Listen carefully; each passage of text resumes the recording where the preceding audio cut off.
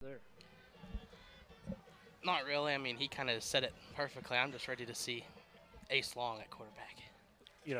Eric does that. He puts it summed nicely. You You got to will steal mention, of everything, Eric. course. And I'll just say this, uh, at Cashin, I was thrown out there. Hey, could we see Ace at QB1 next year? And all of a Yeah, sudden, yeah. they actually with putting in, calling some plays for him to go downfield a little bit. So Well, and for Coach Luch, and we spoke to him about the coaches show. He really, I guess he said he's developed this type of offense, this wildcat look, when his sons were playing. This was a deal that they were able to use um, during that time, and have spent years on it, essentially. So it's no surprise that they've got a lot of wrinkles and additions that you could throw in there, like you talked about, Eric. And it's just one of those deals, another scenario for Ace to be able to prove himself here tonight as maybe kind of the guy going forward to lead that offense and take it in. And you can always have the balance with Ryan Douglas still getting in some throws there and do some different things there. So, do want to thank some great sponsors before we get going here. High Plains Tire Gold sponsor with us, sponsor of the Boomer Coaches Show, and a lot more. Oklahoma Municipal Power Authority, they've jumped on as gold sponsors, so we appreciate what they do. Top Cat Formal Wears and Accessories, Dairy Queen is our halftime sponsor. Caleb Roach Insurance, Great Plains National Bank, Dr. Chrisley Mosley, First Republic Tile Company, Triple Clean Car Wash, Divine's Radio Shack, KFC Taco Bell, and Long Shots Bar and Grill, which is our Coaches Show hosts.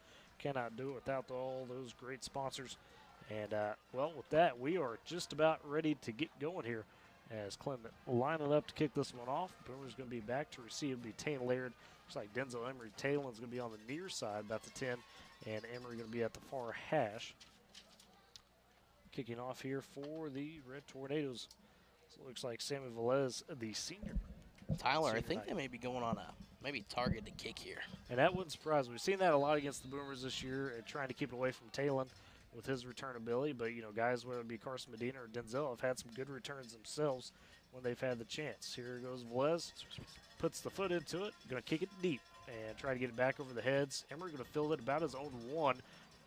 Up to the 10 now, tries to cut to the outside, a little bit of space, but almost chased down. Gets out of it down the sideline, 25, and gets taken down just past that. Good job by Denzel. Had about 3 or 4 guys on him almost at about the 10 to 15 and was able to break out of it. Woodward will take over at the 28 to start the ball game. really did a tightrope walk there along sideline. I thought probably Shirley stepped out of bounds about the 20, and next thing you know, he's still picking up yards. I kept looking for the ref to mark it, but they got him all the way to the 29 almost. Hey, we'll take it. Absolutely. No complaints here, Tyler. First and 10 for the Boomers at their own 28. It's going to be Ace Long out there in that hog set, as they call it. Ethan Matt, case and board with him, as well as Denzel Emery beside him. Essentially, it looks like you got 4 running backs in the backfield, which is kind of crazy to think about. Got 2 receivers split out. Nearest is Laird. Waiting on the ref here to make sure we're all good to go, and there it is. It's first and 10, just underway here. Ace will take the snap. He's going to try to bounce it to the near side. A little bit of room. Got a Flag comes flag. in late, and Ace got maybe a yard or 2 on that. Let's see what the flag is. It's going to be holding against the Boomers, so that will back them up. And it's not what we want to see early, guys. We talked about it with Coach Luch. The big thing is staying ahead of the chains with this format, of course, or this formation. You don't want to find yourself in 3rd and long. Yeah, and that's you were talking about how Ace is almost at 1,000 yards, and think about how many carries he's had this year. And now that we got the Wildcat, we don't pick up big chunks of yards, so it is important for us to continue to move the chains and not be backing up like this. First and 20 for Woodward. Now back to the, looks like 18-yard line. Ace going to be in the gun. He'll take the snap. Will hand off. No, keep it on the keeper up the middle and trip forward for just a few yards. Got to maybe the 21 there, and that's where they'll mark it. So it'll be a 2nd and 17. There's not a lot of excitement with this offense. Most plays, where it's going, so you got to be able to. Those times where you throw in those wrinkles, you got to be able to execute, and this might be one of those moments.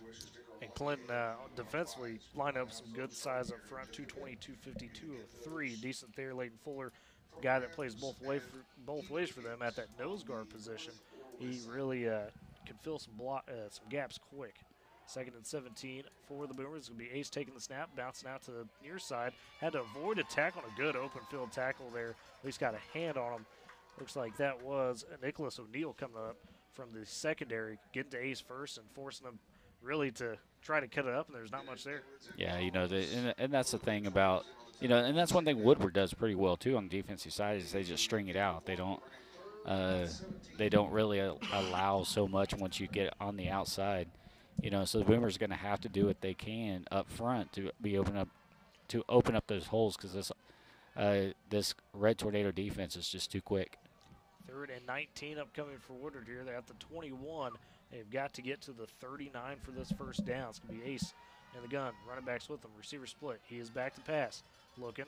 He's going to fire one over here to the near side for Laird. Has to come back forward in double coverage and can't quite make the catch. Pass was a bit too high there. So it'll be 4th down for the Boomers, and they will have to punt. Don't mind. I mean, you knew you had to throw there. It's just one of those deals, can you pinpoint that?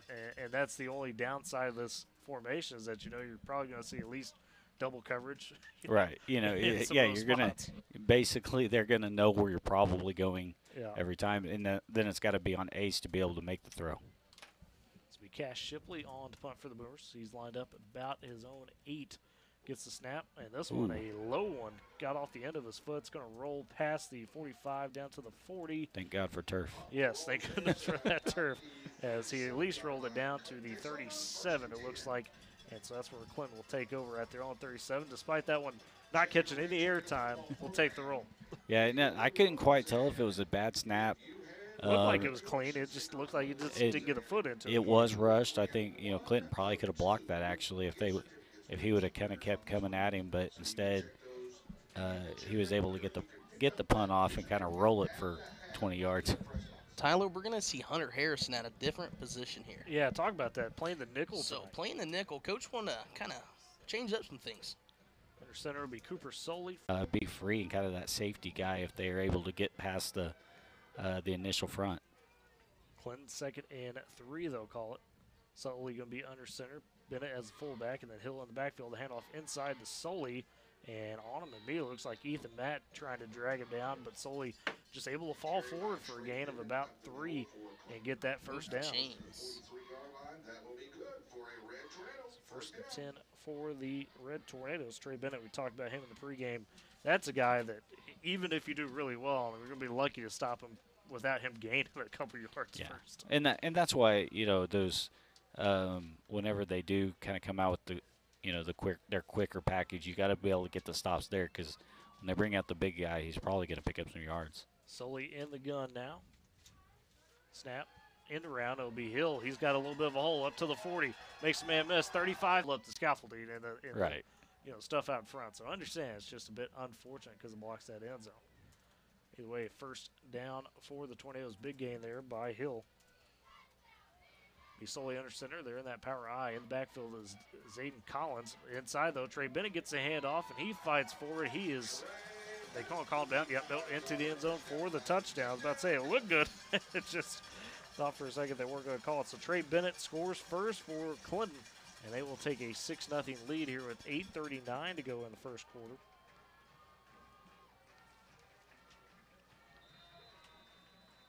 On to kick the extra point. Velez as he lines it up. There's the snap. Ball is down. Kick is good. And so with that, Clinton leads 7-0. They take their first drive, just 4 plays, to cover 63 yards on that one. 8:39 to go. Clinton leads 7-0. You're listening to Boomer Football on Z92.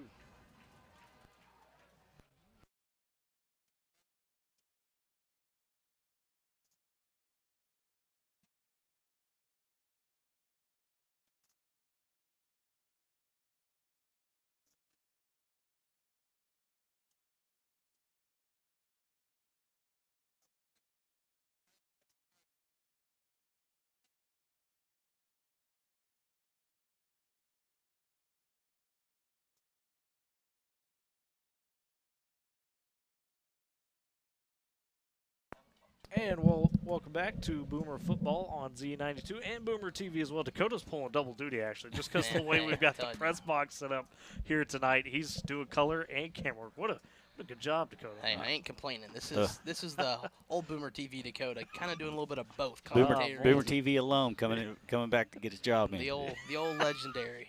Right. Back to because that may be the only job he could get after this. No, I'm kidding. Hey-o. I'm kidding. Tyler, I thought we were coworkers.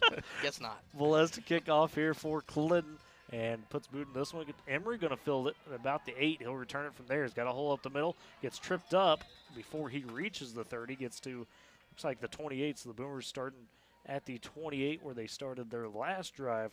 It'll be 1st and 10 there. They trail 7-0 with 8:34 to go in the first quarter. Hey guys, we have a tornado warning. Oh, Hey-o. Hey. man, You see okay. what I just did? Yeah. Okay, let's okay. let's not get too crazy into the dad jokes here now. That was a good one. That was good. For those at home, the mascot just walked in front of the window. Yes, and it's a full tornado. Hey, that thing must get a little bit hot. If you've It's seen an- it's an angry the Iowa tornado is what it is. cyclone, it's kind of Yeah. like that. It's an angry tornado. That's right. It is an angry tornado. It's 1st and 10 for the Boomers. Long in the gun. He'll take the direct snap. Stutter steps, tries to find a hole, puts his shoulder forward and says, well, there's no hole, but I'll drag guys about 4 yards You know, there and on that's first down. That's exactly what we're talking about in the first possession, where the holding kind of put us so far behind it was hard to get anything going. But, you know, typically in this formation, we're able to push forward. And they had marked him actually at the 29 to start the drive, so a 5-yard gain there as he gets to the 34. It'll be 2nd and 5. Boomers need to get to the 39 for the first down. Bourne comes out, and Taylor Laird will come in. Or, excuse me, Taylor Laird goes out. Mason Bourne comes in. Ace in the gun, formation in tight, no receiver split out. He'll take the snap, trying to go up the gut. Has a bit of a hole there, dives for that first Got down. And I think just got it, gets to the 40. And that'll be a first down with a 6-yard gain for Ace Long. And interesting, guys, no receiver split out. We've usually seen receivers split out in that formation, but they just packed it in tight. Looked like it would be a goal line play, but it gets you 6 yards. Yeah.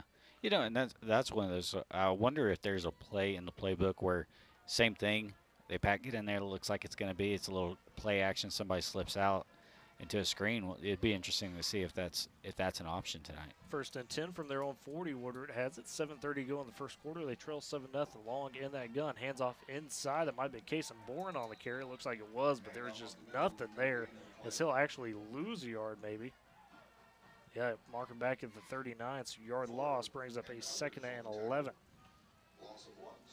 Not something we see too much in the offense, that recall being able to hand off to one of the fullbacks. Usually it's Denzel kind of as a read option guy. So I know Dakota would be very happy if Moose is able to get a carry out of that. You know, that would just be his last game, playing as Yeah. a high school player. That would be Do you have something I'd like to see. Dakota? Do you have a poster of him on your wall? Just curious. Not 2nd yet. and 11. Not yet. Ace going to take the snap roll up. They got screen set up. It's Oh, to Moose. there's He's Moose. caught it at the 50. He's got the first Hey. down. Hey, you guys, keep talking that over there, and I'll enjoy Moose catching the ball. And an athletic catch by Ethan, too. That was kind of over the back shoulder as he leaked out far in the flat. And that's not his first catch, I'll tell you that. Yeah, that one at 11, let's see, got about 14-yard gain as he got up to the 47 in Clinton territory. First down for the Boomers. And that was a pseudo jump pass. I think he got up a little bit, but it wasn't quite what he did last week. Right. You know, and it was overthrown a little bit. Moose, not exactly the most agile guy in the world, was able to come down with it and get the first down. But error back. 1st and 10 for the Boomers. Up the gut, Ace Long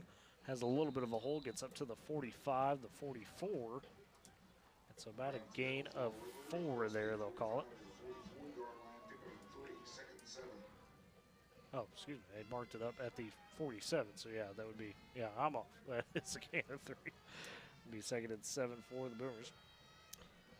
This is one thing I love about the Boomers being being at 4A level, in the district with Elk City, Clinton, and Weatherford. Is some of these guys have been playing against each other since 7th grade. Oh, they have. You can tell the intensity when they step onto the field, the court, wherever it may be. 2nd and 7 for the Boomers. Ace with the direct snap, and he is swamped in the backfield as Clinton's all over it. They read the edge that time, and the Boomers could not contain it. Had about 5 red tornadoes in on that, and that's a big loss back to the 47, so it'll be 3rd and 10. Under 6 minutes to go here in the first quarter, 5:25. Clinton leads 7-0. Boomers trying to answer on their second offensive possession. But guys, again, now you find yourself in that 3rd and long, not where you want to be. behind the chains. And this Yeah. isn't necessarily full-on passing down because we've seen Ace be able to get 10 or 12, but it's going to be tough here. Yeah, I think you absolutely need to get at least 5 or 6 yards on this play. Snap, handoff inside to Denzel There it Emerald. is. Time, bit of a hole up to the 40, cross that to the 39. Does not get the first down, but gains a good chunk of yards there. I think About 8, set up a 4th and 2, and I imagine, Yeah. Eric, this is go for it. Yeah, well, and that's why I felt like you Yeah. need on that last play you need to get at least 5 or 6 yards because you're in 4-down territory. So at least get it a little bit closer to the chain so you can go back into with the keeper for Ace to kind of pound it up the middle and hopefully pick up a few yards. It's really a long 4th and 2 because There you Woodward go. has to essentially get to the 37, even though the marker would indicate the 38. It's kind of stretched out pass. So 4th and 2. Long on the direct snap. Going to He's lean got forward. it. He's got it up to the 35. That's a first down for the Boomers. And that's what you got to do if you're going to run this power set. He gets 5 on 4th and 2. The Boomers keep the drive alive. And that's where one of those situations where him being a young player, he could probably look at film and think back about on that because he put his head down and he was just trying to get the first down. Yeah. But if he kept his head up, he actually had a hold of it. He could have probably picked up a few more yards. Sad part is we've seen him bust a 50-yarder just putting Right. the head down. That's and very power true. Through the pile. Wouldn't you think you have 4 guys on his back and all of a sudden he's gone? First and 10 from the Clinton 35. Long in the gun. Hands off this time to Emery Switcheroo. inside. Nice little move. Gets up to the 30. Had a bit of a hold there. Clinton was still on him. 5-yard gain, it looks like, for Emery on first down. Set up a 2nd and 5. Yeah, great job by the offensive line there on the right side to open up a hole for him. looks like they kind of tossed the ball back, then reversed it in a way. Bit of a counter, I'd say. Kind of that motion a bit. But, yeah, Hey, no, but that's it a good worked. hold. I liked it. Down to about 3:30 to go in this first quarter. This Boomer drive started with 8:34 to go in the first quarter, so they're already plus 5 minutes. And we've seen this quite a bit already at 9 plays on the drive as well. Seen some That's, 17-play drives. Looking over your shoulder, see how many plays we've had this drive. Ace will take the snap, a little bit patient. Had to let the blocks develop, but boy, Clinton all over it as they had about 2 or 3 Red Tornadoes in the backfield. See Cooper Soley there, the quarterback one getting in on the tackle. Leighton Fuller, the big nose guard. So loss of a yard brings up 36 for Woodward. And I don't want people to think that we play up the Ace Long thing way too much, but think about how tough that kid is. Just now, he got a helmet to the side, and it was not an easy hit. He took a helmet to the side. He gets up, and he's probably going to carry the ball yet again. Yeah, and probably about 5 or 6 more times on Right. this drive Yeah. if it's successful If the way you if want we it. move the chains, yes. Yeah. He probably takes the most hit on the team. Long in the gun. With the read option, he'll pull it. Had a couple Oh. Red Tornadoes Oh. on him, gets out of the tackle, still getting to the edge. He may get the first down, gets close. I don't think he What got does he there. say? Maybe got What's the right at ref the gonna stick. say? They needed to get to the 30, or excuse me, the 25. And he got right there. It's going to be right The on the ref is stick. going to say Yeah, I think they're going to give it to him. third. Nope, he's just No, short. he's short. And just short. That's the right call, I think, because he got tackled right before the stick. But talk about him getting away. I mean, that's Yeah. a whole different story. Had And- 2 and- Red Tornadoes dead to rights on him, and he was able to spin out. I thought the play was over. Yeah, it looked like they were about to throw him down. One of those were legit just throw him back, but he kept his balance, and luckily the momentum of the spin that he made kind of carried him back towards the sideline. And 4th and inches from the 25. They got to get across it. Ace takes the snap. Jump pass. Going for Laird. And how's that not? Well, maybe Yeah. not interference because it wasn't catchable. Pass was a bit too high, so the Boomers try to jump with the jump pass and don't get it. It will be a turnover on downs in Clinton territory. Tough one there. If I was them, maybe go QB sneak, try to get that. You just heavy need yard inches. in there, Just you let know. Ace go dive for it. Yeah. Yeah, I think- Unfortunate. I'm kind of with you on that. I felt like you get behind Moose, let Moose push the line, or you put Moose right behind Ace and let Moose let and Moose Hunter, pace 'cause, Mace. I don't see Push anyone Ace. getting those 2 guys out of the way. Right.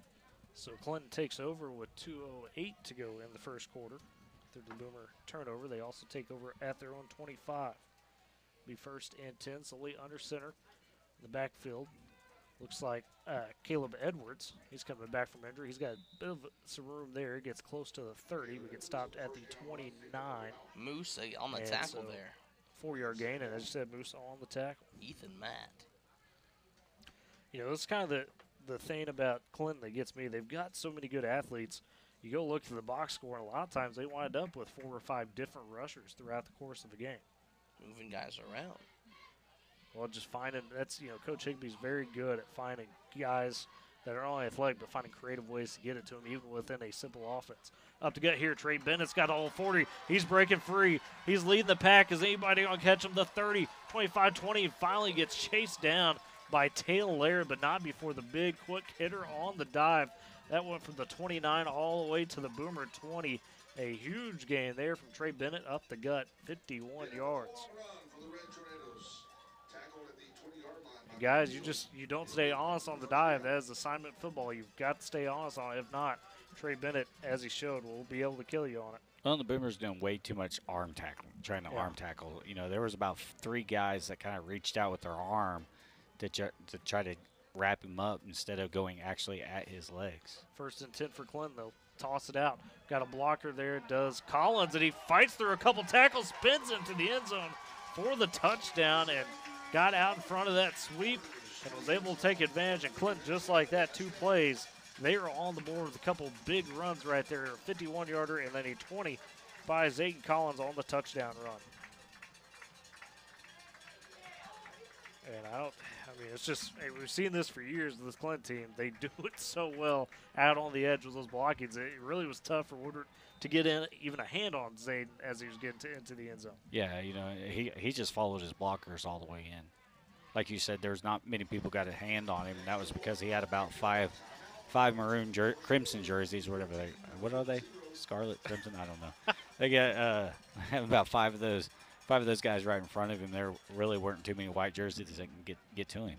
And so with 1:02 to go in the first quarter, Clinton will take a 14-0 lead over the Boomers as the extra point was good.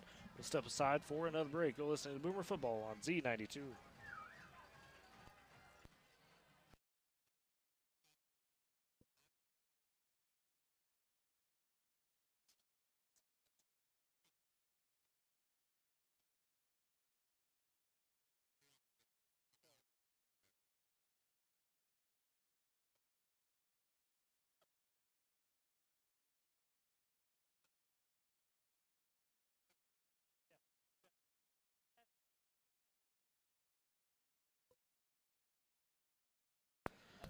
And welcome back to Boomer Football on Z92 and Boomer TV. Eric Scott, Dakota Widener, Tyler Riggs with you. Clinton leads 14-0 after a 3-play, 75-yard drive, capped off by a 20-yard run by Zayden Collins. And Boomer's going to get it back. 1:02 to go in the quarter. And there's Velez on the kickoff. Bit of a squib kick. It's going to roll to Emery. He'll field it at the 15. Taking back there. A little bit of a hole. Bounces outside. Good tackle in the open field by Red Tornado. Didn't even fully take down Emery, but got that hand down. That was nothing. A late flag. I think we got some mouthing going on. Yeah, we'll see where this is on. This will be an unsportsmanlike. It's just which way is it? Because there's a little bit of chip and banter afterwards. Yeah, I couldn't quite tell who started. I kind of saw where it was at, but I couldn't tell who started it. Yeah. That's the question here. Didn't see anything super physical. I mean, Denzel was over on the sideline. Didn't get anything crazy. So not sure where the drive will start yet, depending on this penalty. Here comes the call. Coach Lujan doesn't seem to be like he's too mad. Currently, they've got spot on the 28. And it was a personal foul on the Red Tornadoes. So that will help the Boomers to get a break. Go from the 28 to the 41, maybe beyond that. Yeah, so it's a spot of the foul, actually. So they put it up some good at yard the position. 43 is where the Boomers will take over to start this one. On the defense. So on the clock, 56 seconds to go in the first quarter. Woodward begins at their own 43. And Tyler, there's going to be a lot of words said between these two teams. It gets chippy, yeah. It's a rival for sure. In the gun, Ace. He'll hand off inside to Denzel Emery. Nice little sidestep. Emery's got a little bit of a hole, gets up to the 50. Gets a gain of 7 right there. Sets up a 2nd and 3. So Emery, I really like Denzel. He hasn't got a lot of carries over his last couple of weeks, but when he has, he's really done a good job of maximizing. And that's another example of a younger guy, just sophomore, who's coming in and making things happen, especially late. That's only going to carry into next year. 2nd and 3 for the Boomers. They need to get to the 47. Ace is going to be in the gun. A couple running backs beside him. Fullbacks, I should say, and then running back with Denzel. Oh, a false start. Yeah, Clinton's going to jump right there. Couldn't tell. Don't think that was Bennett. Looked like it may have been 84. It would be Montel Crane. 84. So that's a free first down for the Boomers as the ball goes from the 50 to the 45. But we've talked about this I don't know how many times this year now. We've got to capitalize on these free yards that Boomers are getting on this drive. So first and 10 from the Clinton 45 upcoming. Seems like we always get right there, but we can't ever finish. 10 seconds to go in the quarter. We'll see if the Boomers run a play or not. They will. 5 seconds, and now Ace will take the snap. Waits, tries to get a block out in front, goes to the near side, gets across the 45 to the 42, so a gain of 3. And that's how we will end the first quarter as the Boomers trail 14-0 to the Tornadoes here in the Tornado Bowl in Clinton.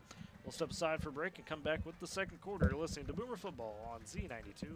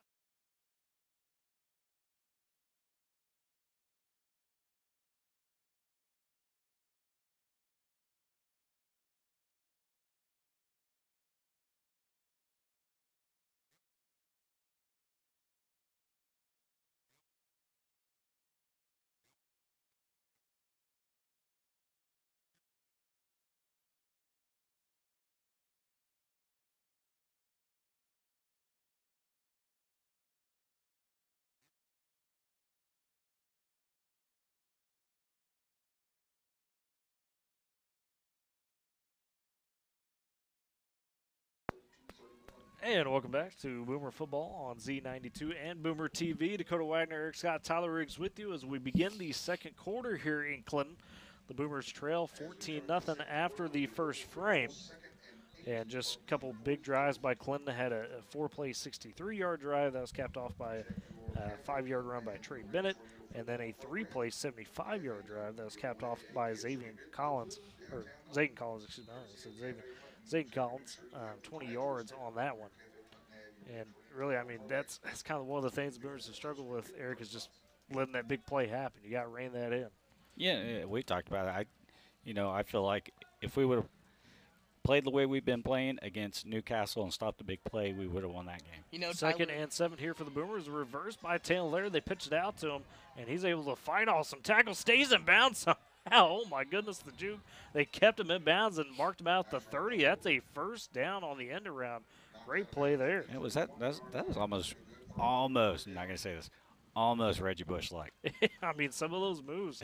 He shucked off about 2 or 3 defenders 2 yards into the play. Stopped on a dime. And then stopped on the dime. On the sideline. Believe it or not, right before the snap, I was just about to ask Tyler, when are we going to see Taylor Laird with a little bit of a sweep? Yeah, and it happens. And they've kind of motioned for the jet little pop pass, but that time Ace took it and went to Taylor for the reverse. So a bit of a wrinkle of what we've seen over the last couple of weeks. Maybe trying to throw him off guard a little bit.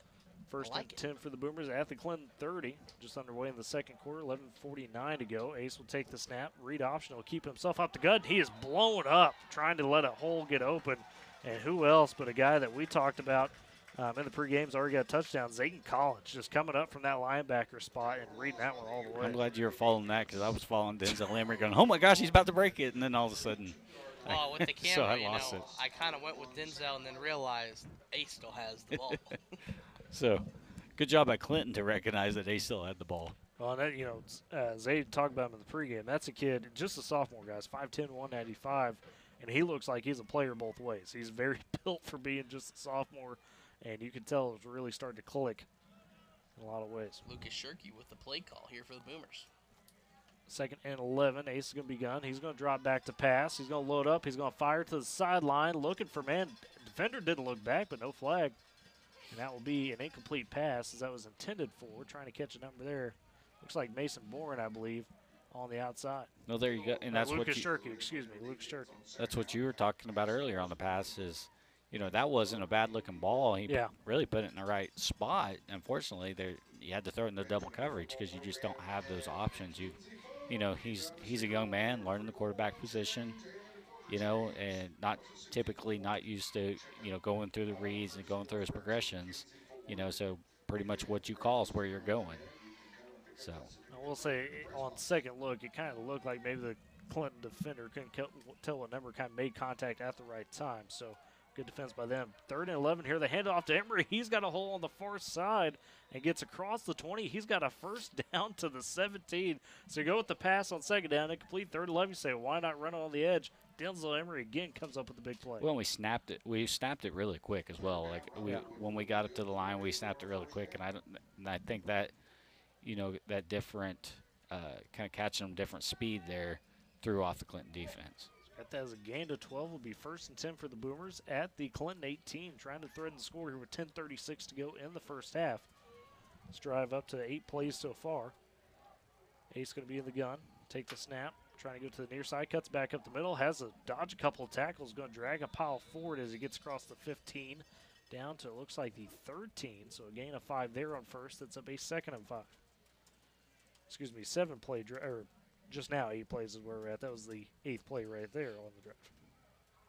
Tyler, little message I got, and I just opened it just now. Hunter Harrison wanted me to let some people know that he's the biggest nickel out there tonight.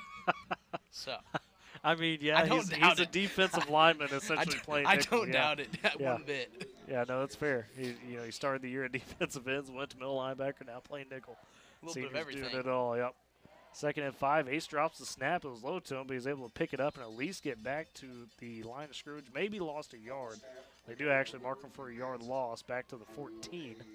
This will be a 3rd and 6 upcoming for the Boomers. I'd just say give it to Mix at this point, let him run wild. Well, I would say, you're crazy, but he had that acrobatic catch, so I can't blame you. He might be the answer is going to Moose. Yeah, here, one thing that we got to watch is now we're in field goal range, but what's the wind like above the bowl? Right. Because the way this sets is it could be a little bit windier as you get the ball up.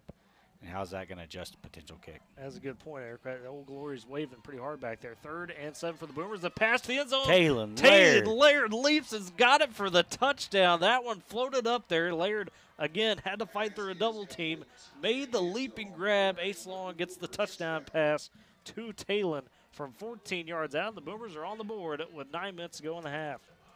Guys, I just went on small town radio and started yelling the guy's name in the middle of the play. It's okay. It's all good. Hey, I've done it too. That was a great job by Taylon to come back for the ball. And, it wasn't a true high point, but he was the only person that could make that catch. So a 10-play drive covers 57 yards for the Boomers. The extra point by Lucas Shirkey is good, albeit a bit low. And the Boomers have sliced Clinton's lead to just a score as they now trail 14-7. With 9 minutes to go in the first half. We will step aside for a break. You're listening to Boomer Football on Z92.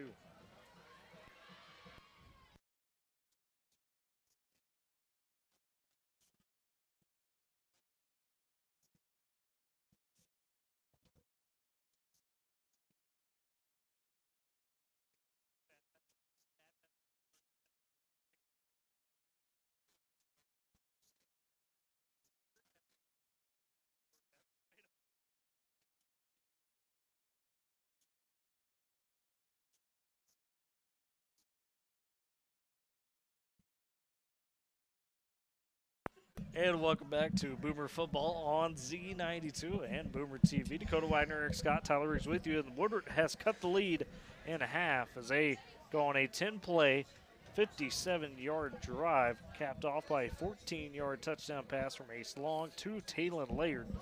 Extra point good there by Lucas Shirkey. And just, Eric, you were talking about before the break, Taylon tried to high point it. The throw wound up just a touch lower, but still made a heck of a catch on that one. Yeah, the way he turned, and really the way he turned, he sealed off one of the defenders. It was thrown in double coverage, but he sealed off one of the defenders.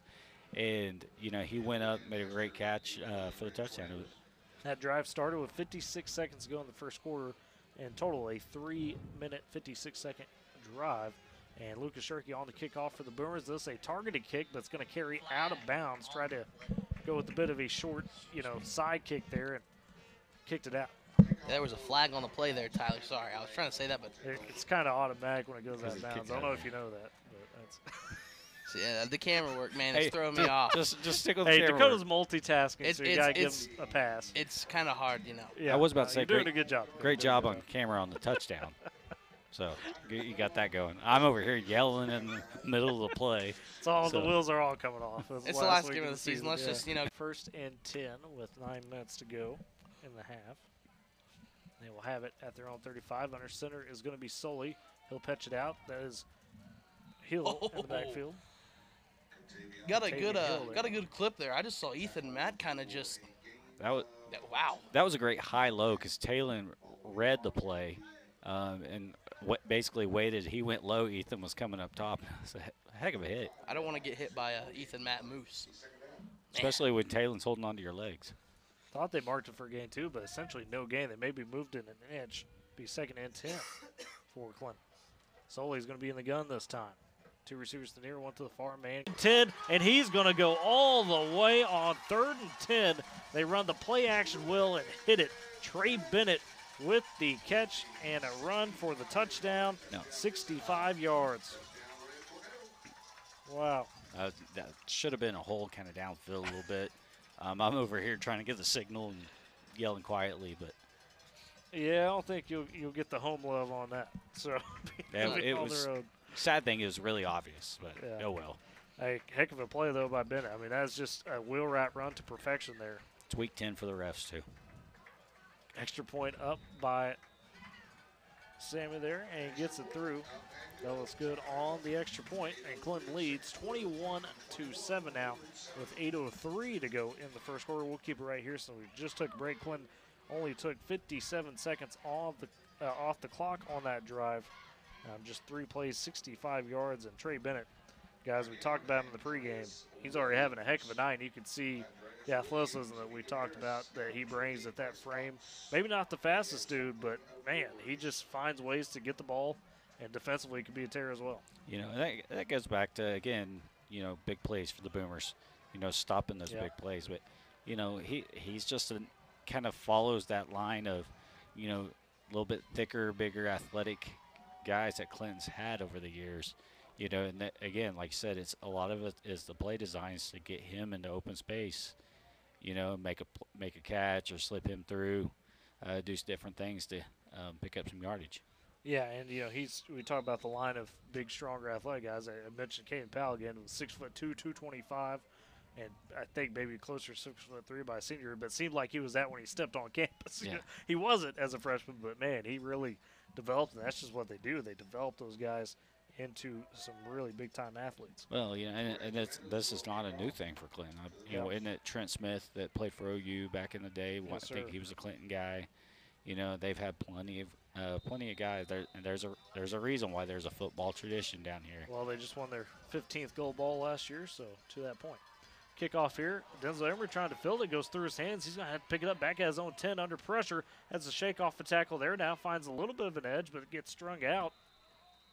And maybe got back to the 15. Kick was right to him and just kind of slipped through his hands. Number 1 there for Clinton. Hard to get up. Caleb Edwards, who he had come back from injury, we heard pregame, so, or not from injury, so they had come back from some things. And he is good, though. He's out there on defense. It's going to be what, at the 14-yard line?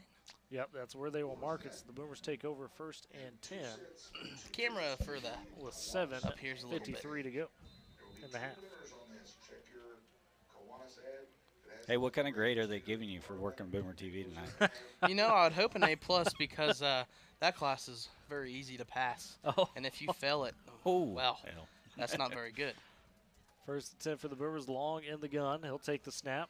Gets up the gut. Got a few yards. Decent hole there. Opened up. Gets across the 15 to the 16. No, excuse me. They gave him the 17. So it'll bring up a 2nd and 7. Give you some Gain 3. give you some mask on practicum hours. 2nd and 7 upcoming for Woodward. Right, Ranger's right. Yes, sir. They got, hey, homecoming tonight. No joke on that. I mean, I know CJ's going to talk to a few big-time people associated with the Northwestern homecoming for tomorrow. I'll be there on the square at 9:30 a.m. Yes, sir. First or second and 7 for the Boomers. Ace on the carry this time off the near side. Fight through a couple tackles. Gets up to the 20. And that'll be a gain of about 3 there. Set up a 3rd and 5 here. Got to get to the 24-yard line. Should be a 3rd and 4, yeah. So that's correct. I'm off. It's week 10 for me, too. But I got basketball yet to go. So The Red Tornado is a And you both, Tyler. messed up Michelin man. It's going to get them arms like a Michelin man. You know, this sounds bad. You don't know how bad I want to go down there and just tackle it. Like, you know, just put me in pads, Coach. Let me have my shot. 3rd and 4 for the Boomers. Ace will pitch it back to Talon on the reverse. No, he kept it himself. That fake That's pitch a got first me. down. He got right at the No. stick. I think it'll be short. Oh, he did. Man, I was Think looking it'll at be the short. wrong one. Good grief. Heck of a fake, though. I was taken by surprise on that. I thought that was a full pitch, and No, yeah, it hey, could be this just time, short. this time you can't go for a pass if you're going to go for it. I mean, you gotta run the ball here. But you're deep in your own territory. This is a risky one. Yeah, You're down 21-7. It is a risky call, but as Moose comes in with a call, maybe he gets it. Well, go. maybe he gets it, but so many times, very rarely do we see when it is just a straight keeper by Ace. Very rarely do we see loss of yards. Boomers are going to have to get just about a half yard here on 4th and inches. Ace going to be the gun with the power set. Going to lower his shoulder, trying to fight forward. I don't think he got there. He did get there. Okay. It's kind of dragging him right there, and that's going to be a pass interference for the Boomers. Yeah, the ball, the ball came. That really was a good throw by Ace. Yeah. It looked like, the ball came down at about the 45 on the Clinton side of the field. But the initial grab, by the defender is at about the 40 on the Woodward side of the field. Right, so really slowed up Mason. Yeah. Very much slowed him up and hindered him in the play. It wasn't. Give credit to Contavious Hill if he didn't make it look too obvious, but with the separation between himself and the defender, that's kind of what got it there. Expose the hand on the ball. I'm playing cameraman too, so We're all doing our best Okay. up here. So 1st and 10 for the Boomers. After the penalty, about a 15-yard penalty there. Ace in the gun.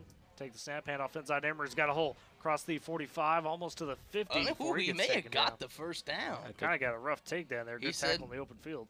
What are you saying? Move the chains? Yep, move the chains. Yeah, Will be a move of the chains. Emery cut back towards the far side of the field, and I think when he cut back to the far side of the field, it gave him a perfect view of where the chains were, and he just kind of dove forward.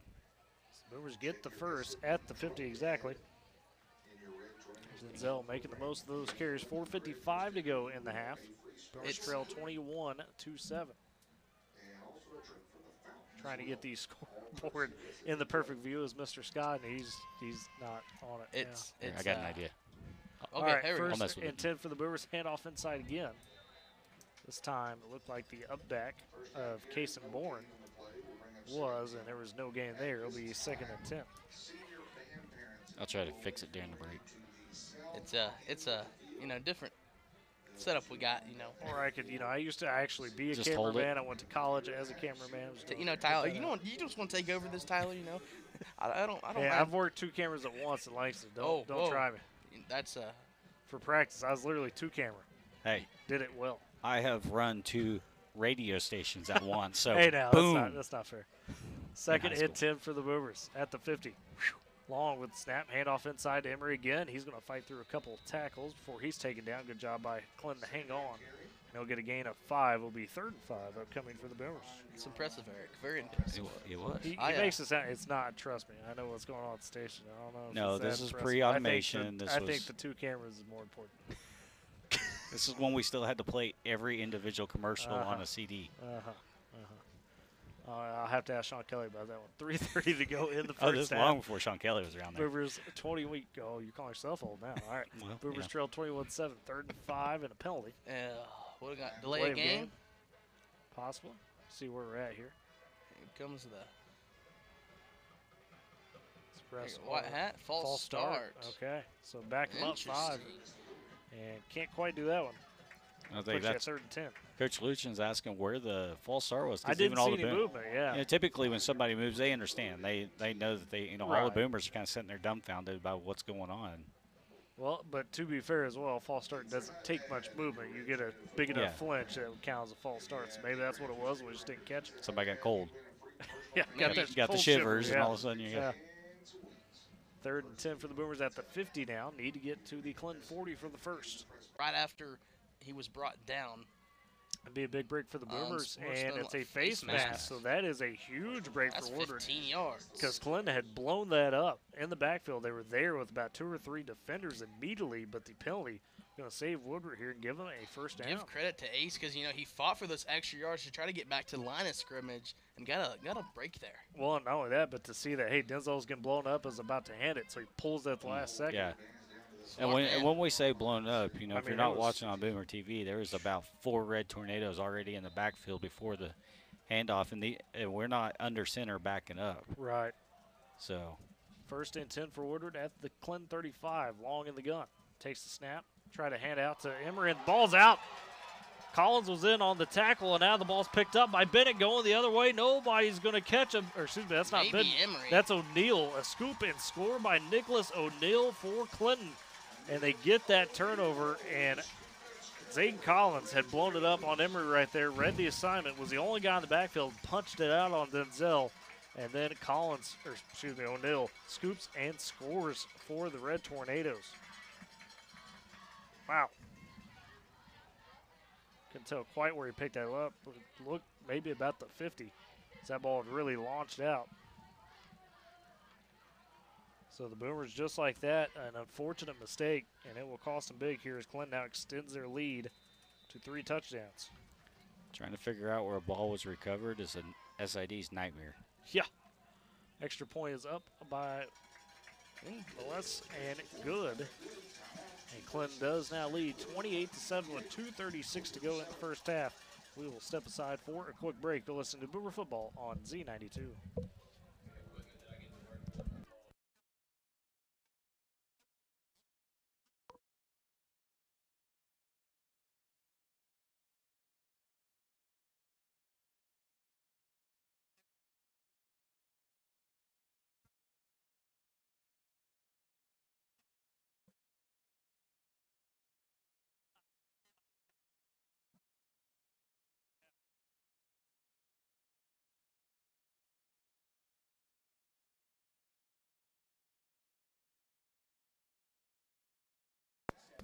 And welcome back to Boomer Football on Z92. So after the scoop and score by Clinton, it stands at 28-7 here in the first half. And guys, just when you thought you had a good thing going for the Boomers, that unfortunate miscue there, and it wasn't necessarily a bad play by Denzel, but Zayden Collins, the sophomore, is having a big night both ways so far for Clinton in this first half. Had a touchdown run already, and then punches it out there to force that scoop and score. Yeah, and that was really kind of that was impressive. We've talked about how quick this Red Tornado defense is, and as soon as that ball popped out, there was about 5 guys ready to pounce on it, and there was not a Boomer around, so they were able to easily pick it up and run it in. That's something that Clinton's really kind of keyed in on at the end of the season, although their defense maybe not as big as it's been in seasons past in just terms of size. To your point, Eric, definitely some raw speed. Was on the kickoff here, a high one going to be filled. It looks like they put Ace Long back there. They did. He's got it. 35 and gets taken down at about the 40. Thought he was going to bust it there for a second, but Clinton, as they do, closed the space very well. It looked like Ace Long just kind of dived in a way up into to get some more yards. Well, I mean, hey, that's the awareness of, hey, I'm going to get tackled anyways. Why not try to get the maximum yards there? If you're young enough, it's kind of like a mad move, trying to Yeah. trying to get that We first mean down. young enough. People's Eric age played Madden. No, it's NCAA football. That's the NCAA, one that yeah. you got to be. Oh, it's coming back too. NCAA I know. I 14. can't wait. Mhm. Hey. I'm ready for the new graphics. I've talked to a lot of the area coaches that are our age, Eric, or younger, and Yeah. they're like, bring it on. Yeah, I'm stoked. 1st and 10 for the Boomers at their own 40, trailing 28-7, 2:29 to go in the first half. Douglas going to be in the gun this time. Along with them in the backfield, 4 receivers in the set. They'll hand off inside to ASO, and a flag coming in. This might be a holding on the Boomers. Yeah, I think that's a hold by where they threw the flag to. And the run got nothing. So right now it'd be 2nd and 10 before the penalty. Let's see if it'll be backed up or not. By the way, impressive throw of the flag. I bet Yeah, he's so real. it was a Bet he's launch. really good at cornhole. I mean, hey, he might be. That's that's a growing sport nowadays. I'll be here all night, guys. And it's going to be a block in the back, actually. Looked like maybe because I saw the hand out there. So, oh, okay, hold on. So, Got black gloves on. Can't quite tell well. But it'll be a holding on the Boomers as we expected. It'll be a 2nd and 20 upcoming, at least, depending on where they mark the hold at. I'm just glad my dad jokes land a little bit better with you guys than it does my students. Yeah, your students are like, what are you talking about? They just glare at me like I'm an idiot. Huh? I'm going to not comment on that. Get this guy out of my classroom. 1st and 20 for the Boomers. Ball on the 30. They got to get to the 50. And the gun's going to be Ryan Douglas. Along with him, trips to the near, one to the far. The furthest is Laird. Douglas back to pass. He's going to roll out to the near side. Sidearm one to Mason Morgan. Whoa! Almost caught, but a stick right there by Caleb Edwards. Stuck him on the pass, and that's going to be incomplete. Edwards was right on top of it. That's what you call the hit, making the play. I mean, if he didn't make that hard of a hit, that's a catch. But well, now hold on here. They marked it up to the 32, They so give it maybe to they him? did call a catch. I thought I saw an incomplete. Haston didn't have that ball when he landed. It should be an incomplete pass. When They- Bourne hopped up, I don't know. It was kind of weird. Maybe he was sitting on it. And they're And going now to take officials official timeout. Yeah, because I mean, he did not have completion of that pass, guy. He did not have a hold of it. That hit knocked it loose. Lujan pleading his case over there. So they've got a timeout on the field right now. and I think that's what one official saying it was a catch, one saying it was incomplete. So Luchin is coming out to try to. To persuade it's a catch. Well, yeah, I mean, Coach Lucha is definitely going course. to tell him it's a catch all day, no matter if that ball was clear. Any coach would. I mean, unless you're just crazy. But, and of course, obviously, Coach Higby saying, hey, what are you seeing there? Because that ball was out long before. Yeah, Very and good honestly, coach, part of what he may be saying is, the ball was knocked loose, and then you called the play dead. And they just moved it back to the 30, so it looks like it will be an incompletion. But he may be saying, hey, he caught that, the ball was knocked loose, which thus makes it a fumble. But because they rolled the play dead, it becomes a Boomer ball again. Right. And so. So you're arguing that Higby may be trying to persuade for a fumble. Right. Is what you're saying. I got you. Although there wasn't really a football move made, that would usually constitute. I mean, there wasn't. And I think it was an incomplete catch. It was kind of his back was to us, so it's hard to see how much control he had over the ball, anyways. But Either way, good hit by Caleb Elliott, the senior. Interesting. but you know what? I still say Dez caught it. So I think the Interesting coach is too young for that conversation. reference. Oh, he definitely is. Yeah, he's in diapers at that point. I don't know. I was barely old enough to know that reference. Well, no, I take it back. I was a little bit. Yeah, I was a little bit. Not as young as that. Yeah, I was out of college. I don't think you want to compare age on this broadcast because you would very Yes, much feel I'm old. by far yeah. By far of the four of us, including the Clinton newspaper guy, I am the oldest up here. So Now, why you got to do that to him? That's just an assumption. Yeah, That's true. That's assumption. There you go. There you go. hey, I'm Long, about to break long down here. discussion going on right here with Coach Higby right now. Earlier, the head official kind of backed one of his guys away from Lujan, Okay. kind of getting maybe a little chippy in there. I can't really tell what's being said. Excuse me, Lucian with a discussion. For some reason, I'm thinking that's the Clinton sideline. It's not. It is, yeah. Sorry, Coach Higby. Not trying to call you out like that. hey, there's a big C right in the middle of the field, so they're Thank you. Yes. Yeah, yes. You know it's a serious just conversation. helping you out there, Tyler. Appreciate it. Need that every once in a while. Got to keep me in line. So is Lucian having the long discussion? And And I don't know ball. if he's satisfied, but not gonna be we're moved. back to the play here. Be 2nd and 20 for the Boomers upcoming. 2:05 to go in the first half. They trail 28-7. Just like in Hamilton, never going to be satisfied.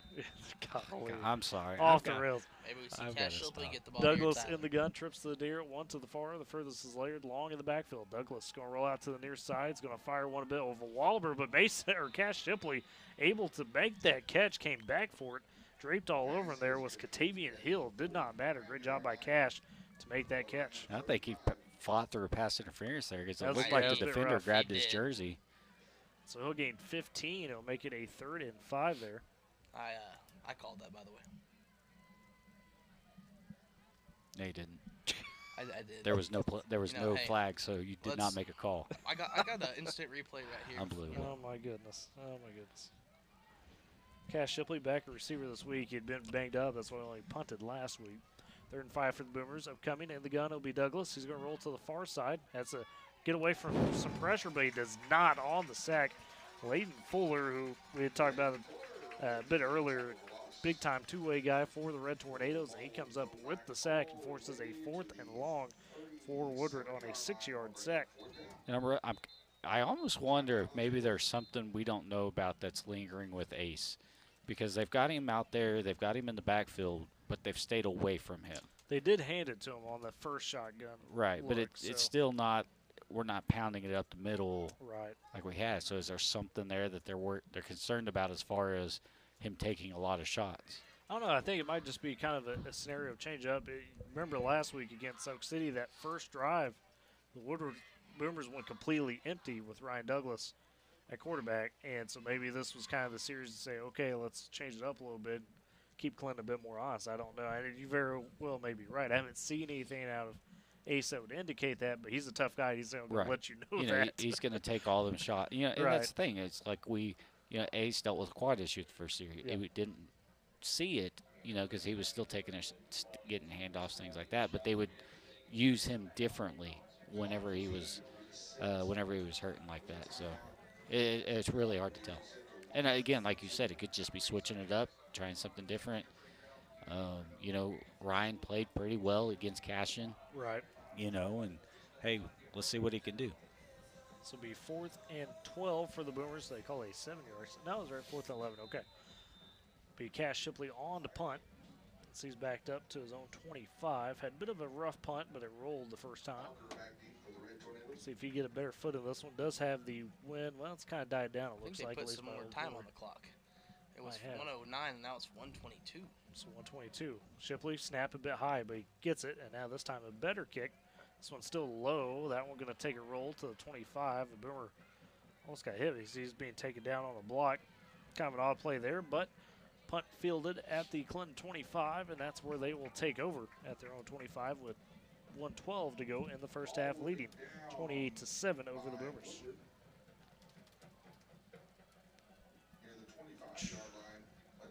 Yeah, Eric, your point. That was an odd block that we saw right there. It almost looked like it got pulled down. Yeah, but I couldn't tell because obviously your punt coverage is running to the blocker, right. So tough to say for sure. Woodward's really got to keep Clinton out of the end zone right here, especially with Clinton getting the ball back, to start the second half. Sully in the gun. Man in motion now is Barker. Sully back to pass. They go to Barker in the flat. He's got 25, cuts up 30. Here's a block in the back. They missed right there on Laird. And that will be to the 40. And he's going to get at the 38 maybe, not quite the 40, but does get the first down. They'll give him the 39, so gain of 14. And he got the key on Jeremiah Barker. If he's out in space, he will make you pay for it. Definitely an athlete, Tyler. 1st and 10 for the Red Tornadoes at the 39 now. Minute 6 to go as the clock stopped. Barker got out of bounds. See if Moose can blow this offense up. Sully in the gun. 2 receivers to the near, 1 to the far.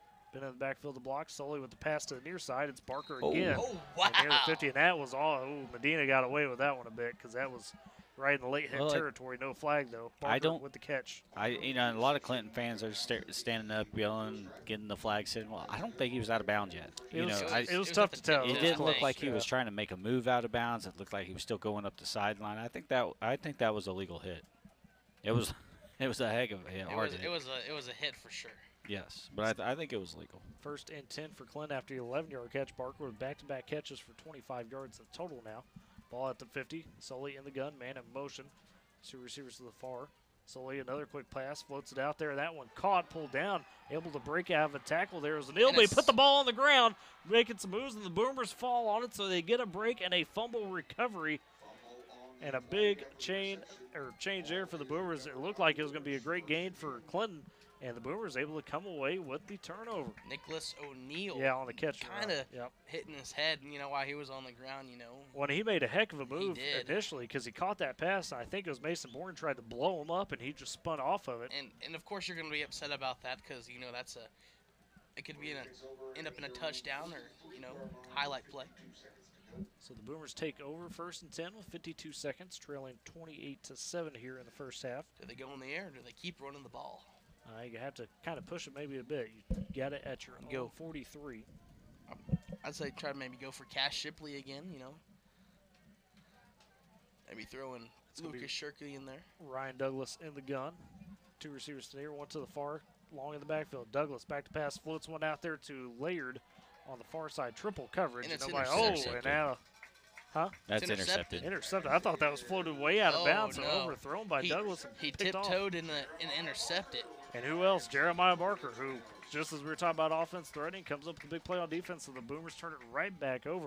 Yeah, really. I mean, he's saying that was a terrible pass, you know, and he just kind of stepped back and floated it up there. It wasn't even near the Boomer receiver. To the point I thought it was way out of bounds. Yeah, absolutely. And maybe that was his intended goal. Maybe it slipped a little bit. I don't know, but Yeah. you know, I don't think that, you know, that was. Yeah, I really don't think that was what he was intending there. Clinton will take over at their own 34. First and 10 here. Handoff on the sweep and a shoulder lowered by Garrison Rhodes for a gain of about, looks like 5. I think that was Kaysen Bourne on the tackle there. 32 seconds left to go. And False start. I'm thinking maybe Nope's going to be false start on the offense. Yeah, as Eric whispered. Hey, can you just listen to me a little bit, Dakota? Hey, I mean, I it's- literally just said that. It's hard to hear. It's hard to hear when he's seeing with his Yeah. eyes. Not paying attention. So after the 5-yard gain on first down by Rhodes, the false start will back up Clinton for a 2nd and 10. Would have been a 2nd and 5. Just 26 seconds, 25 are going down. Clinton not in rush here, so we'll see if they take a shot or not. They lead 28-7. I think they are. Solely going to be in the gun. Bennett with him in the backfield. 2 to the near, 1 to the far, and that's Barker. Now he's in motion. Back to pass to Sully, looking to this near side, floating a pass up, has Barker, makes the over-the-shoulder catch, and gets out of bounds at the Boomer 40. Heck of a catch right there, my goodness. Got That 8 one- seconds to work with. And I couldn't. You know, 20 sorry, stuck with you there, Tyler. Hey, you're good. You know, Taylor, I think, misread the route, and Looks like he fell down a little bit. I think they made a little move on the route, and Taylor bit on it, and fell down, and left him wide open. So Barker with a 26-yard reception, and now he's had Now 3 big Boomers. catches the last 2 drives here for Clinton. 1st and 10. Clock is stopped with 8 seconds. Sully back to pass in the gun, fires past the sideline. That one looks like it just got there, and yes, caught on the sideline by DeAndre Fancher, the senior, and he is out of bounds at the 32 with just 4 seconds. Gain of 8.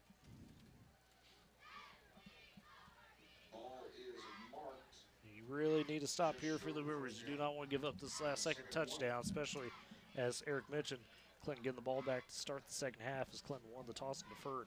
Sully in the gun, 2 receivers to the near, 1 to the far. In the backfield is Bennett with Sully. Sully back to pass, looking to the near side. Under pressure, steps up, gets out of a tackle via the mat. Now scrambling, 20, 15, it's broken play, cuts back up, still breaking tackles, down to the 10. It's going to be Excuse me, the 8. Hunter Harrison that kind of. Touchdown saving tackle by Yeah. Hunter Harrison, and that's how we end the first half, as right there by Sully, a 20-yard run. Not To the end the normal half. Boomers that we have seen in the first half. And with that, we go to the break with the Boomers down 28-7 to Clinton here on Senior Night in Clinton. We'll come back with the Dairy Queen halftime show. You're listening to Boomer Football on Z92.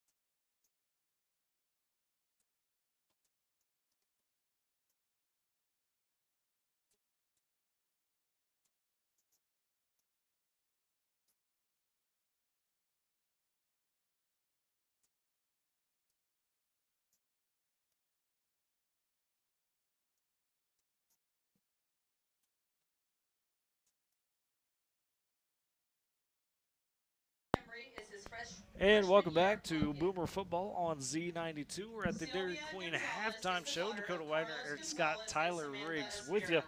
The Boomers trail 28-7 here at the break. And looking at the first half, really from Clinton, I'd say the story, a few guys. Trey Bennett had a 5-yard touchdown run. He also had a 65-yard receiving touchdown. He also got a 20-yard run from Zayton Collins. They had a scoop and score by Nicholas O'Neal and a fumble by Denzel Emery. That's their 4 touchdowns right there. And Zayton Collins having a big game both ways. He forced that fumble to cause the scoop and score. And really, guys, for the Boomers here, you've had some good drives. You just haven't been able to quite complete them. And Clinton really started to flex that defensive muscle towards the end of the first half. Yeah, and I think it's the athleticism of the defense is what kind of throws the Boomers off. And there's been times where we've been able to wear guys down, but they're so deep and they got so many different guys could do different things. I think the Boomers are really struggling with that right now. Absolutely, and a bit more of a positive note. Just got this sent to me by Ty Albers. I had seen it earlier, forgot to write it down, so shout out Ty for this. So, for those of you that are not familiar, the Heisman Award, which is, of course, the top award in college football, or college football, they do a high school Heisman that encompasses all sports, and you get your school winner, right? Like you're selected from your school, and then from that you could go on to state, regional, national.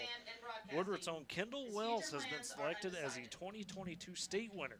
That's For awesome. the girls. So shout out to Kendall Wells for the Boomers. She is the 2022 state winner for the Heisman High School Scholarship. She will go on to, and this is all, of course, for scholarship tuition money.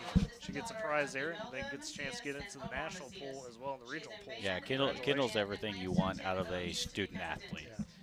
She is impressive on the soccer pitch. She also has competed in other sports over the years. Cross country runner. Cross country. And then academics. She does well. In academics. She works her tail off. She gets involved in everything. So she's just one of those kids you love seeing her around the school as well. Yeah, well deserving, as you mentioned there, Eric, for Kendall to get that state winner award. Good luck to her going forward in terms of trying to get more of the regional and national as well. Well, 28-7 here at the break. The Boomers 12. Got about 15 minutes to go on the halftime. It's senior night here in Clinton, so they're doing their band senior night festivities, if you will, before their performance. With that, though, we will step aside for another break. You're listening to the Dairy Queen halftime show on Boomer Football on Z92.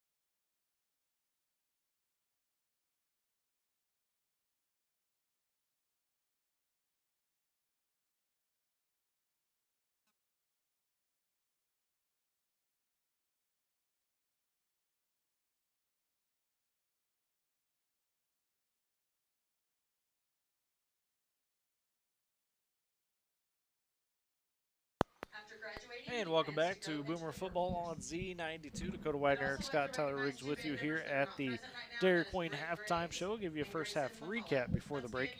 And now let's talk about some of these scores from the Tri-State. Do want to remind you, of course, CJ, Jeff, Chris, Carl. I mean, they're all over there. They went full packed house tonight, Eric. Had Carl Newton, Jeff Hickman, Chris Eubanks, CJ. Everybody is there for quick scores tonight in some capacity. So there's we got two bright minds, and then we have CJ and Eubanks. So whoa, I don't know what's going on. You better be careful. You better be careful. That might be listening. I love it. We love those guys. So much fun to be around. So. Yeah, no, good crew. Check them out. K1 will run right now as they're running down the scores and having some good interviews and whatnot. But you've got some Class C scores for us here to update us on. Yeah, we're going to start with the number 1/number 2 team in the state. Whoever you're looking at, Winoka, right. They're up at Tyrone tonight. The last score we had was 62-6. Railroaders with a minute to go in the second half. Excited to see what they can do in the playoffs. They're playing really well. Timberlake, they're number 2 team in that district, and they're just beating up on Medford. I think it's number 3 team in that district. Yeah. They're beating them up 54-6. Actually, I believe, was that last night? Because that game's the final, so it may have been last night, maybe tonight. I'm not sure. All the schedules getting changed. As far as I know, that was last night, so that should be tonight. And I believe, my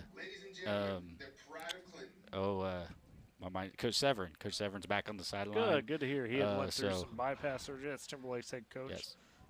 Good to see it. I mean, that's a guy that you want to talk about not missing a game for nothing. It Absolutely. had to be pretty severe. Well, it was. This year he missed his first game in 37 years. Which is crazy. Sharon Mutual at Boise City. That's not a fun trip. 22-6. Sharon Mutual's winning right now. Then we got some other important C scores that we don't have scores for. Maybe it's kind of weather related. Tipton, looks like this was, nope, this was tonight. Tipton beat Temple 15 or that was probably maybe today. Forfeit maybe, if it's 15-0. 15-0. So yeah, it may have been forfeit. Yep. Let's see here. Other area scores that may matter. Looks like we got Buffalo. This was last night, yep. I believe. Buffalo at Deer Creek Lamont, 60-12. And Buffalo now into the playoffs. I talked with Coach Yock today, and I believe played that sometime on Quick Scores tonight about them. They really finished strong over there this season in Buffalo. They kind of started out slow. They were a bit banged up, had some young guys, and then finished really well. So I think Coach Yock confident of what they could do. And you want to talk about playing a tough schedule. You had to play Winoka and Timberlake in that C1, and they played Turpin as well in the non-district. Right, yes. So, I mean, they went through the ringer. And they C1 also has Medford. I know that Medford's kind of been up and down, but that's not.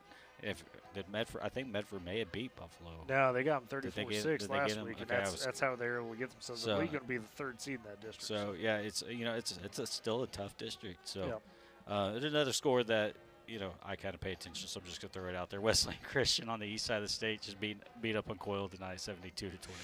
Jeez almighty. Put them on there.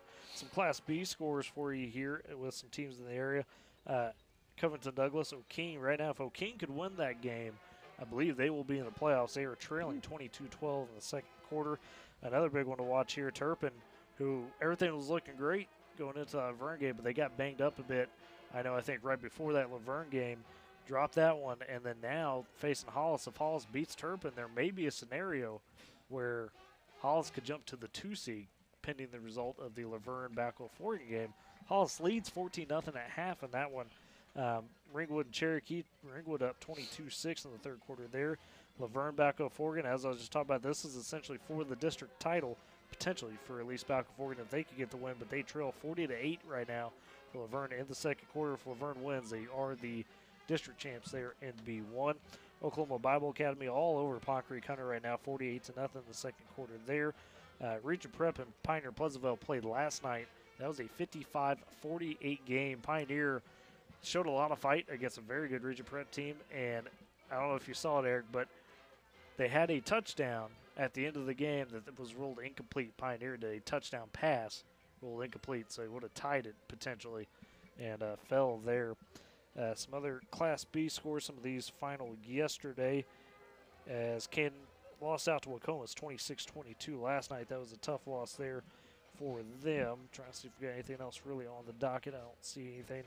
Sealing Southwest Covenant, I do want to mention that one. Sealing won that last night 54-8. They are district champs in B3. First time under Coach Manuel, they're district champs. First time since 2015, taking home a district title. And really, I hate to say cruise because, you don't want to make the rest of the districts that bad. It's a good district in B3, a tough one. But, boy, they just really picked it up down the stretch there and took that one from everybody. I got A pulled up for you if you Go run ahead, through yes, that. sir. We'll just start. We'll go. It's not really in our area, but it's the number one team in the state, so we'll throw them out there. Reeling beat Stratford 39-10. Fairview is down at Merritt, just down the road, so I actually had dinner. Same restaurant, some Fairview fans. Oh, okay. Fairview is up 34-6. See, Fairview's number one in my heart in Class A. So- And they're going to be district champs as well there in A1. They're legitimate. They are legit. And then another one just up the road from us. Hooker is at Thomas. That is a long trip, but Hooker's putting it on them 55-0. Yeah. And they don't have a mercy rule. So we'll see how that plays out. Moreland is up on Texoma right now, 14-0 And at that one halftime. I spotlighted on game night. That is a win and you're in game there in A1. So Moreland, if they hold on, they will punch their ticket to the playoffs.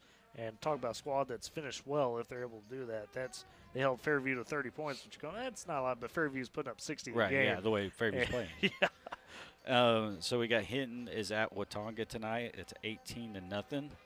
Let's kind of scroll down here. There's so many Class A teams, and a lot of teams played last night. Yeah, there's a few. Crescent and Cashin. That was the score from Yeah. last night. Crescent came out on top 28-21. Cashin, I believe, may not be in the playoffs. I have to go check that. We'll break it down on the fifth quarter in terms of all the playoff scenarios.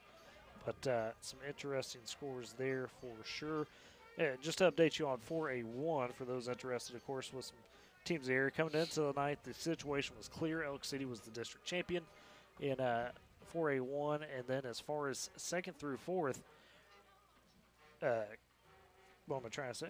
Chickasha and Weatherford right now have already finished. They played yesterday. Chickasha came back, lost Malik Murphy, that running back. He was on crutches, I heard. In the second half, they still came back after being down 22-0, beat Cash. And I believe the way things play out, Weatherford's locked in at 3. Well, Clinton and Chickasha, I believe, not are necessarily. flipped. So here's what happens. If Clinton wins tonight, it forces a three-way tie between those teams that will go to points. Coming into this game, Weatherford had the points advantage, 35. Chickasha had 20, but Chickasha had beat Weatherford, so currently they're the second seed. Clinton, though, had lost to Weatherford, beat Chickasha. Clinton just needs to beat the Boomers by 8 points or more to get the second seed, currently up 28-7. They are accomplishing that goal as we speak. So if they win, it'll be Clinton second seed, Weatherford third, and then Chickasha fourth. If not, then you go to a scenario where I believe Weatherford would get the head-to-head over Clinton there. So, and create. It's a miss there in 4A1 Right, after yeah, Elk City. So, and if Cash would have won last night and held on to that one, they would have been in. Chickasha would have been out. So, a 4A score that it's kind of the Boomer schedule. That was on the Boomer schedule this year. Bethany at Newcastle last night, I believe, went to 2 overtimes. 2 overtimes, yes, sir. And Bethany squeaked out a 32-31 win last night. Came back in that one as well to get that. So there's a good look at your scores from around the Tri-State. Again, you go check out on K101 Friday Night Quick Scores going on right now. They're keeping track of all that, not just for Oklahoma, but the Tri-State as well. So just got a few minutes left here before the players come out of the locker room. As we're well into the Dairy Queen halftime show. We'll step aside for another break and come down and break down some X's and O's to the second half for the Boomers. Listening to Boomer Football on Z92.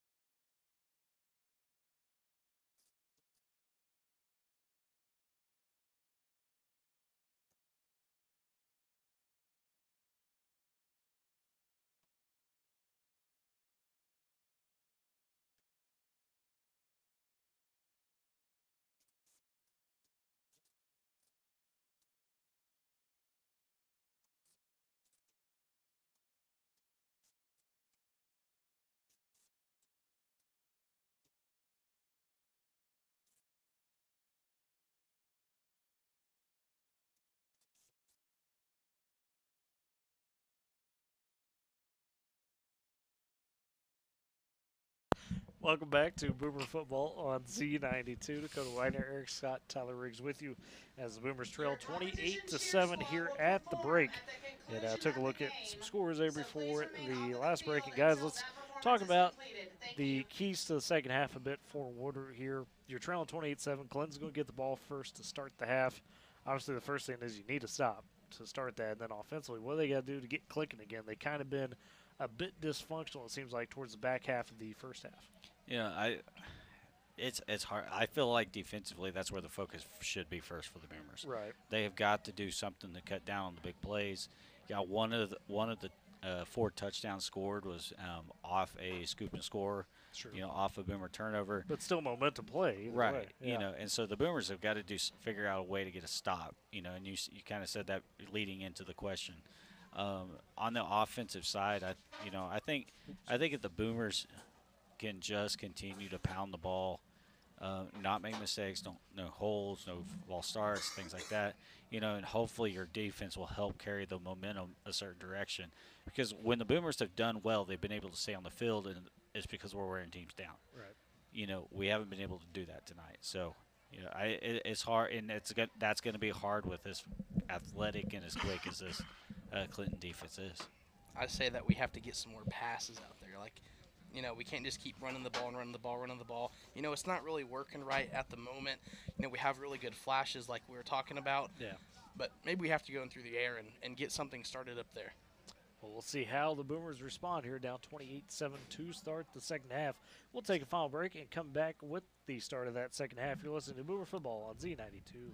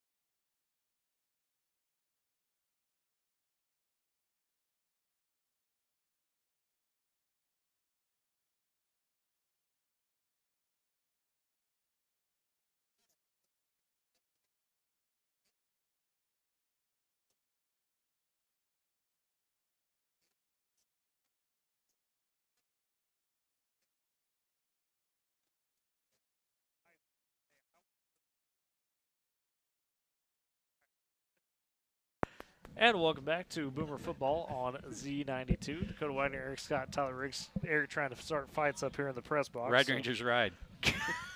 Yeah, Boomer Sooner. Directionally challenged Southwestern Oklahoma State University. Oh, man. You're gonna get I some, love it. We're going It's to get fun. some calls about that. Oh, man. It's fun. Oh, goodness. I know some good people come out of Southwestern, so it's all out of fun. Yeah. But anyways, 28-7, Boomers trail, getting ready to start the second half as players have gone through their stretches out of the locker room. Both teams came out about the same time, nothing too big in the discrepancies there. And see how the Boomers do. I mentioned they will have to play defense to start the second half. Clinton had won the toss deferred, and so that means the Boomers will kick here to start.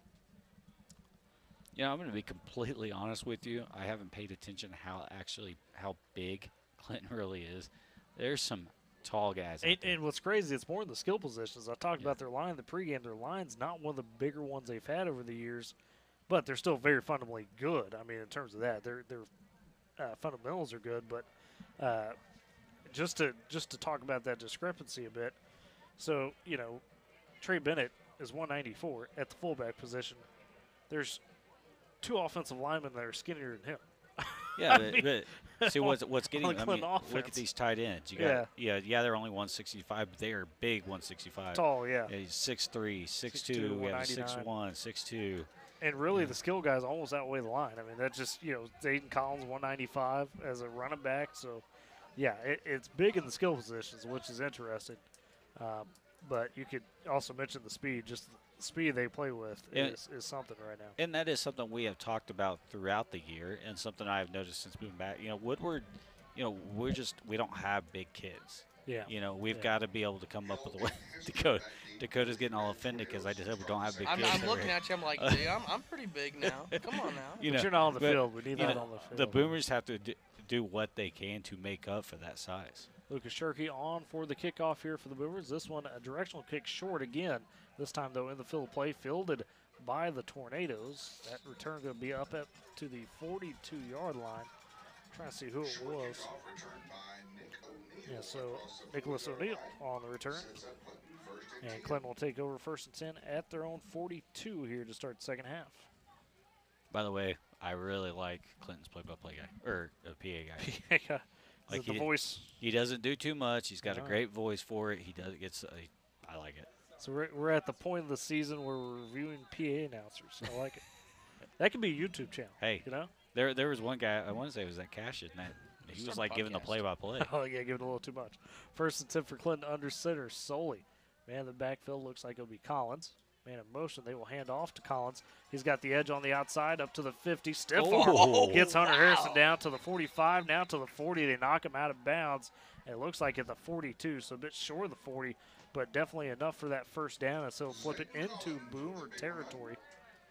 That I think Hunter walked over and was like, hey, good job, man. It was a nasty stiff arm there by Zay Collins. That was a heck of a stiff arm.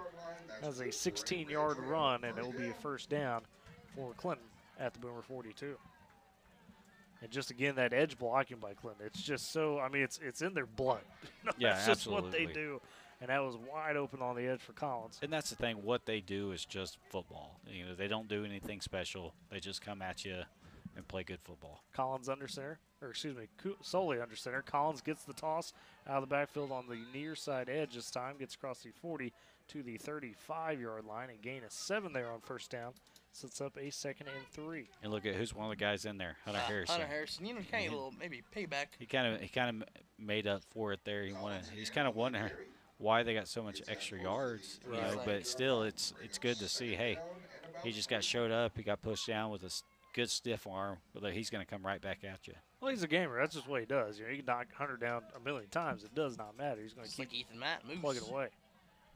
2nd and 3 for Clinton. Solely under center. He's got 2 running backs as down backs. Bennett, and it looks like Hill. They'll give it to Bennett here inside. He's going to push his own blocker out of the way. Gets across the 30 and a host of Boomers on him, but it's going to be enough for the first down. A 5-yard gain, a 1st and 10 for Clinton at the Boomer 30. Trey Bennett even told his own blocker to get out of the way there. Violent run. Check your programs. Dottie's got a football tote bag. See how they go with this. Obviously, Clinton not going to be in any rush, guys. You got that 28-7 lead. Just starting the second half. They would really like to bleed this clock, I'm sure. Well, and like you said, they've got the points they need, yeah. In the district standings. So don't do too much. Just get the game over with. Solely under center in the eye. They give it to Hill, who's in the backfield. Contavious Hill, he gets a decent hold, gets across the 25 to the 24. That's a gain of 6. So it'll be 2nd and 4 upcoming.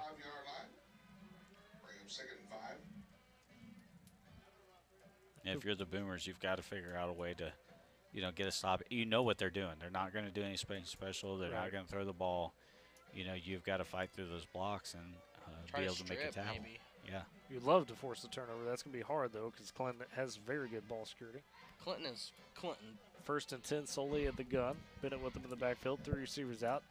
Hill in motion. Now Solely going to fire one over the top, looking for Barker, but Taylor Laird going to pick it off as it was just a touch underthrown and played it right. Taylor Laird with the interception. There's that turnover. There's that turnover, and I said, willed it into existence. I said they're not going to do anything special. They're not going to throw the ball, and then what happens the next play? They throw the ball. We get it, and I almost yelled Taylor Laird again, and I caught myself. So, thank you, sir. Thank you. Boomers take over 1st and 10 at their own 20 after getting that key stop we were talking about. Now let's see if you could turn it into some offense. You're down 27-0 to Elk City last week and kind of showed the fight to force them to, have to make some plays there at the end. 9:51 to go in the third quarter. Boomers at their own 20. I love this beautiful turf field Clinton has down here. You know, they got the soccer. You know, CJ asked me. I lied to him. lines He asked marked. me if Clinton was still on grass. I was like, I cannot remember. It'd been a minute. This, you know, I think us and Cashin are the only 2 games on our schedule, wasn't it, that play on natural grass. 1st and 10 for the Boomers. Up the gut goes Ace Long, and he'll get a gain of 5 there. Sets up a 2nd and 5. I think Woodward, one of the few left in the state that's 11-man that plays on grass. My Guthrie Blue Jays do as well, but that's because it's a historic site. So. Yeah, you can't, it's a lot less, Right. a lot more to change. Right. They got a baseball field attached to it. You know, and It's crazy. the first game I ever did on the radio actually was there at Guthrie, Yeah. and I did not even realize that the baseball field was attached. It's a lot of fun. 2nd and 5 for the Boomers. Long in the gun. Handoff inside to Emery. Almost tackled immediately. Now Trey Bennett on him and Collins on him, and he'll get driven back. It's going to be a loss on the play back to the 23, so a loss of 2. We'll set up a 3rd and 6 or 3rd and 7 for the Boomers. And again, just Bennett and Collins. Seems like we've said their name almost every play, whether it be offense or defense. Those guys are just getting after it. And I'm not sure what, you know, there was a little bit of a mishap in the backfield where, and I'm not sure if it was Emery wasn't expecting it or if Ace didn't get the ball to him quick enough, but there was this weird delay that allowed Clinton to get a little bit further into the backfield before the ball was even handed off. I did get a question about Ace Long's yards in the first half. I'll try to answer that at some point. 2nd or 3rd and 7 here. Emery on the outside handoff. Fighting forward, breaks a couple of tackles, but he's not going to get a whole lot. Gets across the 25, maybe to the 26 or 27. It's going to be a 4th down for the Boomers. I'll say 27, so. Okay, yeah, 27. It will be a 3-yard gain there. Bring up they got to get to the 30, so it's going to be a 4th and 3. Making Dakota laugh. I shouldn't do that. Distracting our camera. He starts snorting when he fine. laughs. So 4th and 3 for the Boomers, trailing 28-7, 7:45 to go in the 3rd quarter. Going for it here as there's not much to lose. Now we got a timeout, I believe, taken by the Boomers. We do. So with 7:41 to go in the 3rd, we'll step aside for a break. You're listening to Boomer Football on Z92.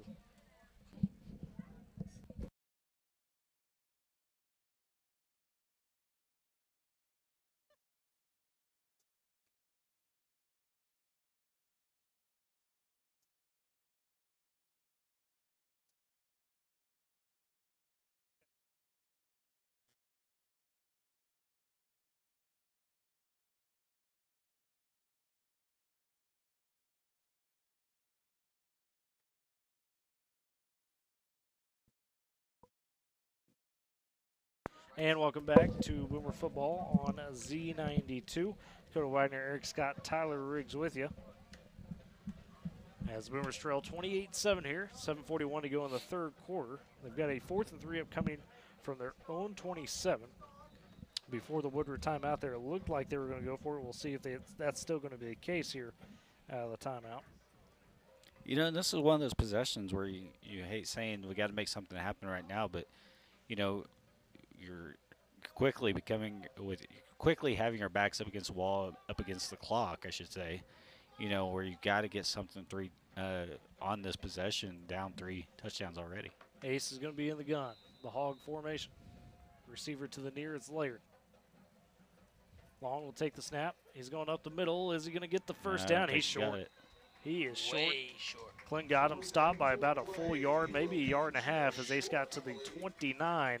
There'll be a turnover on downs, and Clinton going to take over well into their own territory. 2-yard run there by Ace, but not quite enough. 7:35 to go in the 3rd. And I, you know, kind of like what I was saying, you got to try to do something. I honestly don't mind that call. You know, at this point, you've got to try to make something happen. You're playing to win, right? I mean, right. You know, you're still you're doing everything you can to make a comeback. You know, punting the ball when they're just running the clock, it's going to make it much harder. So might as well go for it. So 1st and 10 for Clinton. It'll be solely under center. In the backfield is going to be Hill. They will toss it to him on the outside. He's coming to the near side here. He's got the edge, 30 or 25 down to the 20.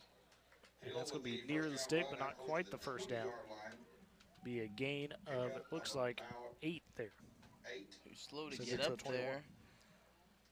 He's going to need a maybe a trainer. It looks like Talon Laird. Out of the field. Oh, yeah, tailing down a little bit there after the collision. We've got timeout here on the injury with 7:16 to go in the third, and we will go ahead and take the timeout with them as they tend to the injured player. Listening to Boomer Football on Z92. On your sketchies and you win a travel bag and a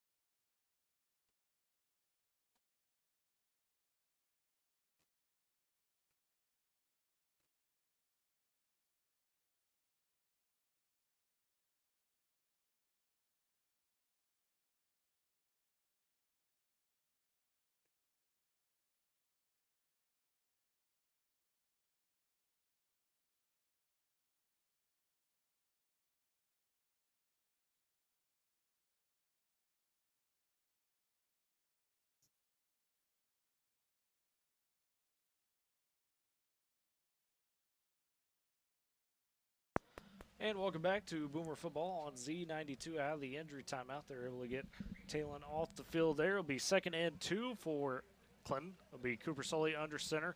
That I formation, they give it to Trey Bennett on the dive. He is across the 20, across 19, down to the, looks like 17, and that will be a first down on a gain of 4.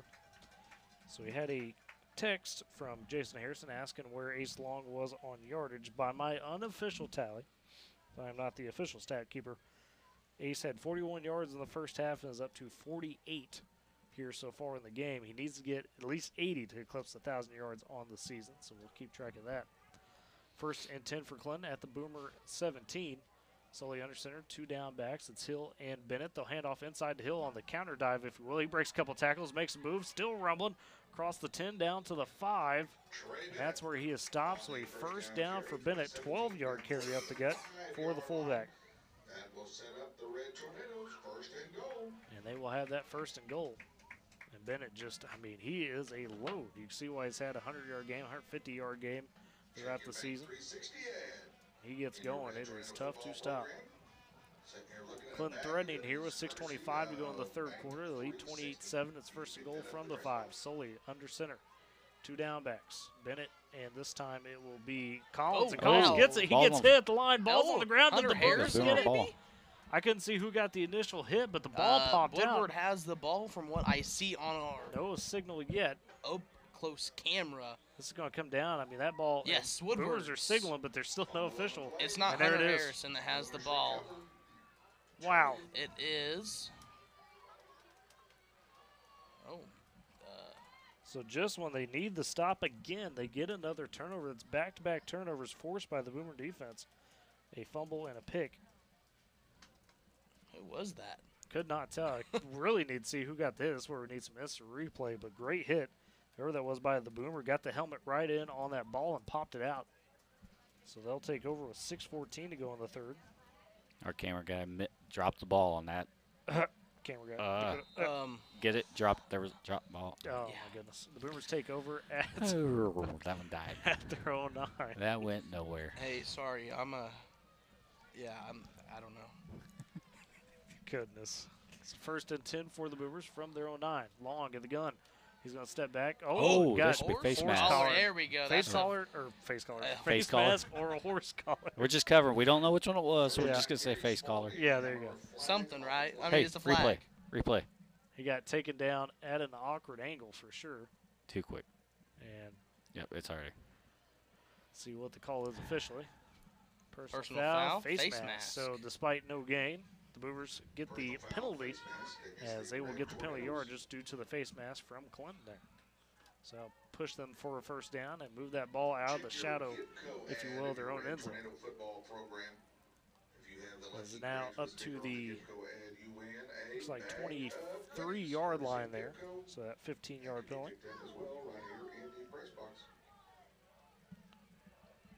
Be 1st and 10 for the Boomers at their own 23. Long going to be in that hog package. Everybody in tight. Take the snap. They'll hand off inside to Denzel Emery. He tries to cut up the middle. Got a little bit of a hole as he gets across the 25 to the 26. A gain there of 3. First down carry across the 25. 2nd and 7 upcoming for the Boomers with 5:52 to go in the third. They trail 28-7, trying to drive, find an answer. Oklahoma Bank and Trust ad. You know, we've seen this multiple times with the Boomers in the second half of tried to get something going, with the exception of John Marshall. That was the one where the second half we struggled, but unfortunately it's those big plays in the first half that hurt us. Snap is low. Ace has to pick it up off the ground, and he is tackled way back in the backfield as that snap rolled to him. So 2nd and 7 is going to turn to 3rd and long, as Clinton obviously able to jump all over that one with the bad snap and pushes the Boomers back to their own 15. Or excuse me, it's gave them a little bit of grace. They take it to the, looks like the 18.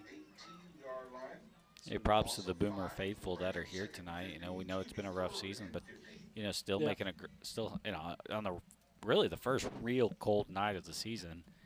You know, and they're bundled up over there, but they're still supporting the players in the white and gold right now.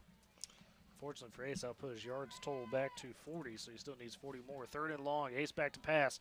He's going to fire one to the far side. That one not in the area code of his receiver, though. Cash Shipley. Looks like Shipley broke inside. Ace expected him to be on the post on that sideline. Yeah, I think that's exactly what happened. And, you know, Shipley recognized the fact that that was not where he thought it was going to go. Right. So he tried to get turned around, but by that point, it was too far.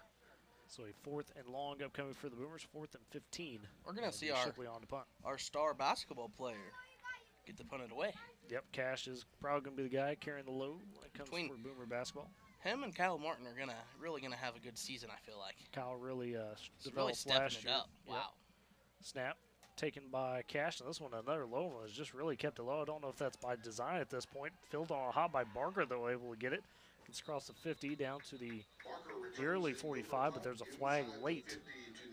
It's going to be Ryan Douglas that kind of pushed him out of bounds. And we'll see what the penalty will be. It might be, I'm Maybe assuming it's going to be on Clinton. Yeah. I think it was a hold. The area it came in, I think that's probably going to be the call.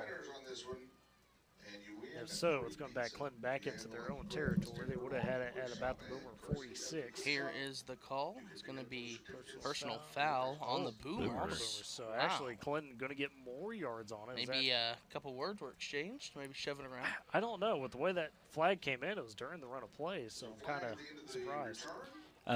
You know, Tyler, you made the point that it looks like maybe these kicks are by design, and you know, as I think about that again, sitting in a bowl like this with the wind, it's a more of a crosswind kind of coming back at us a little bit in this situation. You know, so it may be to try to keep it from maybe trying to keep the ball from getting another kick, because we know that Cash can do it. This is not his normal kicking style. So. Right. When you see the first one, you think, oh, maybe he shanked it a little bit. But no, now after a few, I think it's by design solely on the keeper here for Clinton on first. And then he's got nowhere to go as the Boomers able to blow that one up. Solely only able to get about a yard after fighting forward there.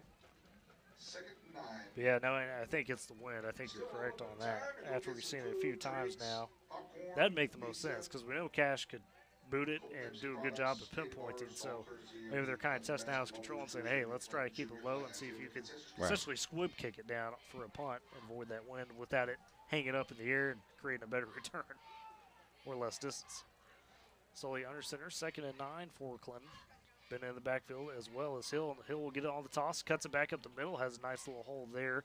Able to take it across the 30 to the 26. So a gain of 9, or excuse me, a gain of 8. And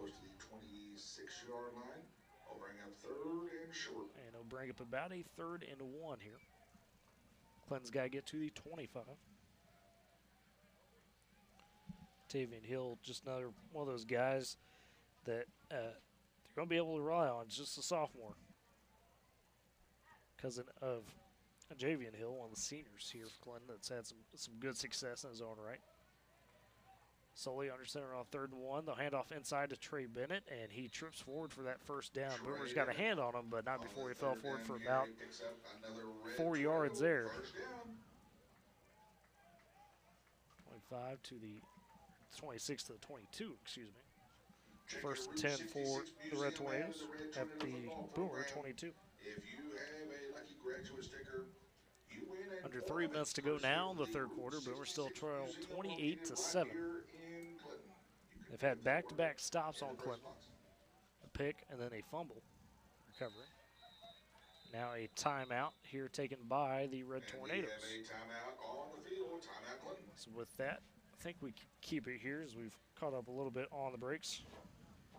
I'm trying to see if we have a Miss Cinderella update. But Well, I don't and think I it's was just over going to yet. ask because they had the talent show last night, and did you hear who the talent show winner was? We didn't see anything published, so we're trying to find that out. Yeah, and well, typically they don't really publish the winner until after it's. Okay. Well, and CJ, I believe, had talked to a couple representatives tonight on there, so he may have known who the talent show winner was over there on K101. But yeah, Miss Cinderella going on for Northwestern, the 70th edition, where it's a chance to get high school seniors from the area, opportunity to earn some scholarship, as well as do some big things there. So very cool to see that contest every year. I think at least Kansas is represented as well as Oklahoma this year. I'm not sure if a Texas school got in or not. It says that the top 5 acts have been named for the 70th Miss Cinderella pageant. Zoe Walker, Miss Chisholm. Jaxie Cloud, Miss Sealing. Emma Curry, Miss Timberlake. Jessica Goucher. Miss Winoka. And our own Presley Pruitt. Good deal. Miss Congrats to Woodward. Presley there. Yes. So out of the timeout, 1st and 10 for Clinton. They've got a little bit of a double handoff here, and it's going to be Jeremiah Barker on the outside the edge. He scampers loose and goes for the touchdown, 22 yards out. Jeremiah Barker doing exactly what he did last year in a big game against the Boomers and doing it again here tonight now as a touchdown. And it was a fake dive, and then they handed it to Barker, who was coming back on the backside on the reverse. Clinton strikes just like that to go up 34-7 with 2:39 to go in the third quarter. And an update for that pageant, it started at 8 p.m. tonight. Yeah. So I'm guessing, 50 minutes in, probably still going on. Off for the extra point here for Velez, and that is good. So Clinton now 35-7 with 2:39 to go in the ball, or in the third quarter, not the ball game, excuse me. And guys, just another big play right there. I mean, Clinton driving a little bit, but they've just continually been able to find those big chunk plays tonight. Yeah, and again, we go back to how well they blocked. Yep. They don't. We talked about it in pregame. Clinton's offense does not do anything special. They don't throw a lot of weird sets at you. It's not a lot of. Wow, I just talked basketball talk. They don't. They don't have strange formations. They just line up, they block, they go right at you, and that's exactly what they've done all night long. And that drive, 4 plays, 35 yards, is a minute 55 for Clinton to be able to take that 35-7 lead now. Boomers will receive as Samuel Velez on to kick this one off.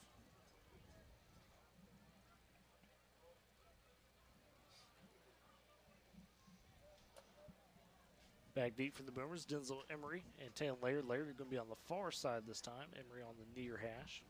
Set up about their own 15.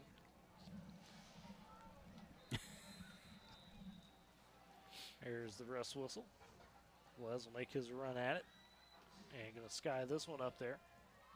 Laird going to get a chance to return. Fills it cleanly about the 13. Now across the 20-25. Runs into about 3 or 4 Red Tornadoes where he's drugged down, looks like at the 31-yard line, so that's where the Boomers will take over their own 31. And Taylon's head bounced off the turf there. You always get nervous anytime you see somebody's head kind of do that little bounce, especially with how conscious we are of concussions. I was just about to say, in today's day and age, in the old days, you wouldn't even think about it. You'd Right. say, whatever, but nowadays what we know for sure, like I said, anytime you see that bounce, you just got to always hope that the guy's fine. I know Kenny Pickett, the Steelers, he had to sit out a week because his head, it looked like a very normal play, bounced a little bit, and a concussion. Yeah, You just never know. once they run that test, and Yeah. and we know Taylon's already had a concussion this season. So Boomers got 1st and 10. Got 2 receivers split out, one on each side, long in the gun. Take the snap handoff inside to Emery on the delayed handoff, and nothing really doing again. Getting blown up by Clinton. Laid Fuller on the play, but it looks like first in on that was Jordan Brown, the senior. got in there, and it's going to be a loss of 2 for the Boomers. You know, this happened on the last possession where that play took so long to happen that Clinton's already in the backfield before the handoff's even made. Well, it's interesting because last week that was actually very effective against Oak City, letting that delayed, play happen, if you will, and develop. Clinton has just done an excellent job of reading it each and every time. 2nd and 12 upcoming for the Boomers. 1:53 to go. In the third, Ace will take snap. They'll pitch it back to Taylor, and he's looking to throw. They got a man wide open. It's complete. It's Lucas Shirky. He's breaking away the 30, 25-20. He's going to go. The Boomers bust out the trick play. There is a flag on the Oh, play. my goodness. There is way back here, and it was such a shame because that was ran to perfection. As it is right now, it's a 71-yard it's coming back. touchdown pass, but like I said, it will be coming back because that flag is very much right at the line of scrimmage. Oh, my goodness. Illegal man downfield. Oh, wasn't even a hole. Just somebody got a little too far downfield. That is a tough break for the Boomers. You had the big special, trick play. You hit it, but somebody just a bit too much downfield, and they'll bring it all the way back, wipe it off the board. That is a rule that I understand why it's there, but I hate that rule because you could be – it's kind of like the offside in soccer. Just by an inch or even – Right. Just the discretion of the official, and then all of a sudden, something major is being changed. Like this, a touchdown, soccer is a goal, so. So it backs the Boomers up to the 24. As they're at the 29, 5-yard penalty, wipe away the 71-yard touchdown pass.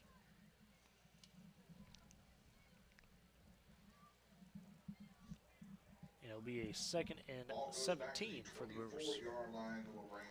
1:35 to go in the third. Ace going to be in the gun. Takes the snap, tries to make a move up the gut. Got a man wrapped up on him, eventually taken down by about 3 or 4 Red Tornadoes. Does get up to the 27 though, so gains a few back after the penalty. About 3. It's up a 3rd and 14 for the Boomers. They need to get to the 41. So here's our Miss Cinderella update. They're at intermission right now. Then they will name the top 5, then do their questions. Interesting. Okay. I will try to get, especially if it is Miss Woodward. Right, Presley Pruitt, yeah. It'll be big time. 3rd and 14 for the Boomers. Ace immediately under pressure, dropping back and blown up on the sack. And that one almost ran free. Do not see a 58 on the roster. Oh, there we go. So it must have switched numbers. Usually 84 would be Montel Crane, but he was the one that got the sack. And it'll be 4th and long for the Boomers. That one all the way back to the 18. So about a 9-yard sack. Be Cash Shipley on to punt. 19 seconds, 18 seconds to go here in the quarter. Shipley gets snap a bit low. This time is going to kick it high. It'll be Barker back to return. Fields it over his shoulder. Somehow gets Taylor to miss. Now trying to throw off another Boomer. It's Ryan Douglas, and Douglas able to drag him out of bounds. And some late things going on there. Yeah, that's going to be a penalty because Douglas kept with the contact through being out of bounds. He didn't tackle him, but you can't have that extra. Yeah, as soon as he steps out of bounds, you pretty much got to let go. You got to let go, yeah. And he just kept carrying him out of bounds, and he still tried to throw him down even after he's out of into the player's box on the sideline. Right. So let's see. There's another flag that came in late, so this might be maybe an offsetting. Yeah. Maybe there's some words said. Let's see.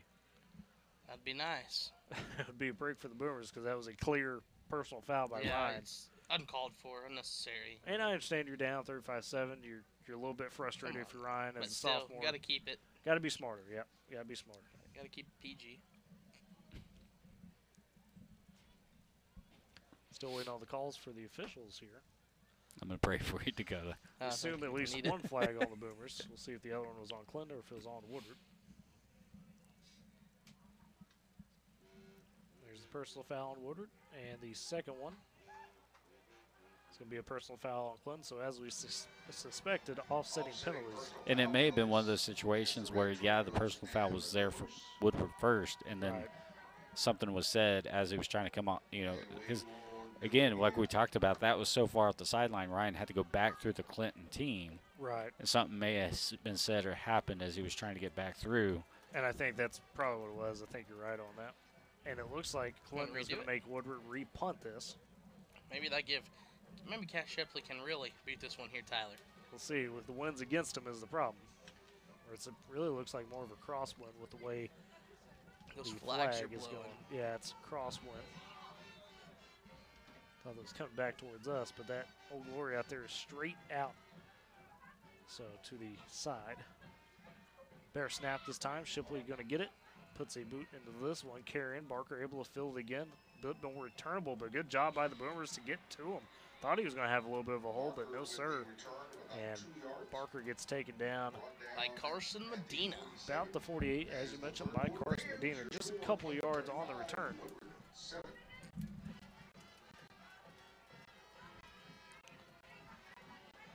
And that will be actually the last play of the third quarter. So with that, we will step aside for break and come back for the fourth. Boomers trail 35-7 here in Clinton. Listening to Boomer Football on Z92.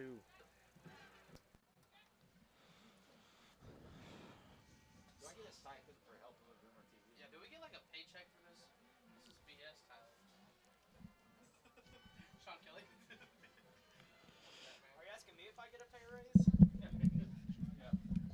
We need a pay raise over here. Yeah, this isn't our job. We don't get paid for Hey, I thought I was gonna get taken out by a kid today, so. Well, not today. I told you tomorrow. You guys It's been possible today. So at K101, they always have like food up there. So when we get back, we just eat what's left over. And sometimes we stop at Gorge or something like that.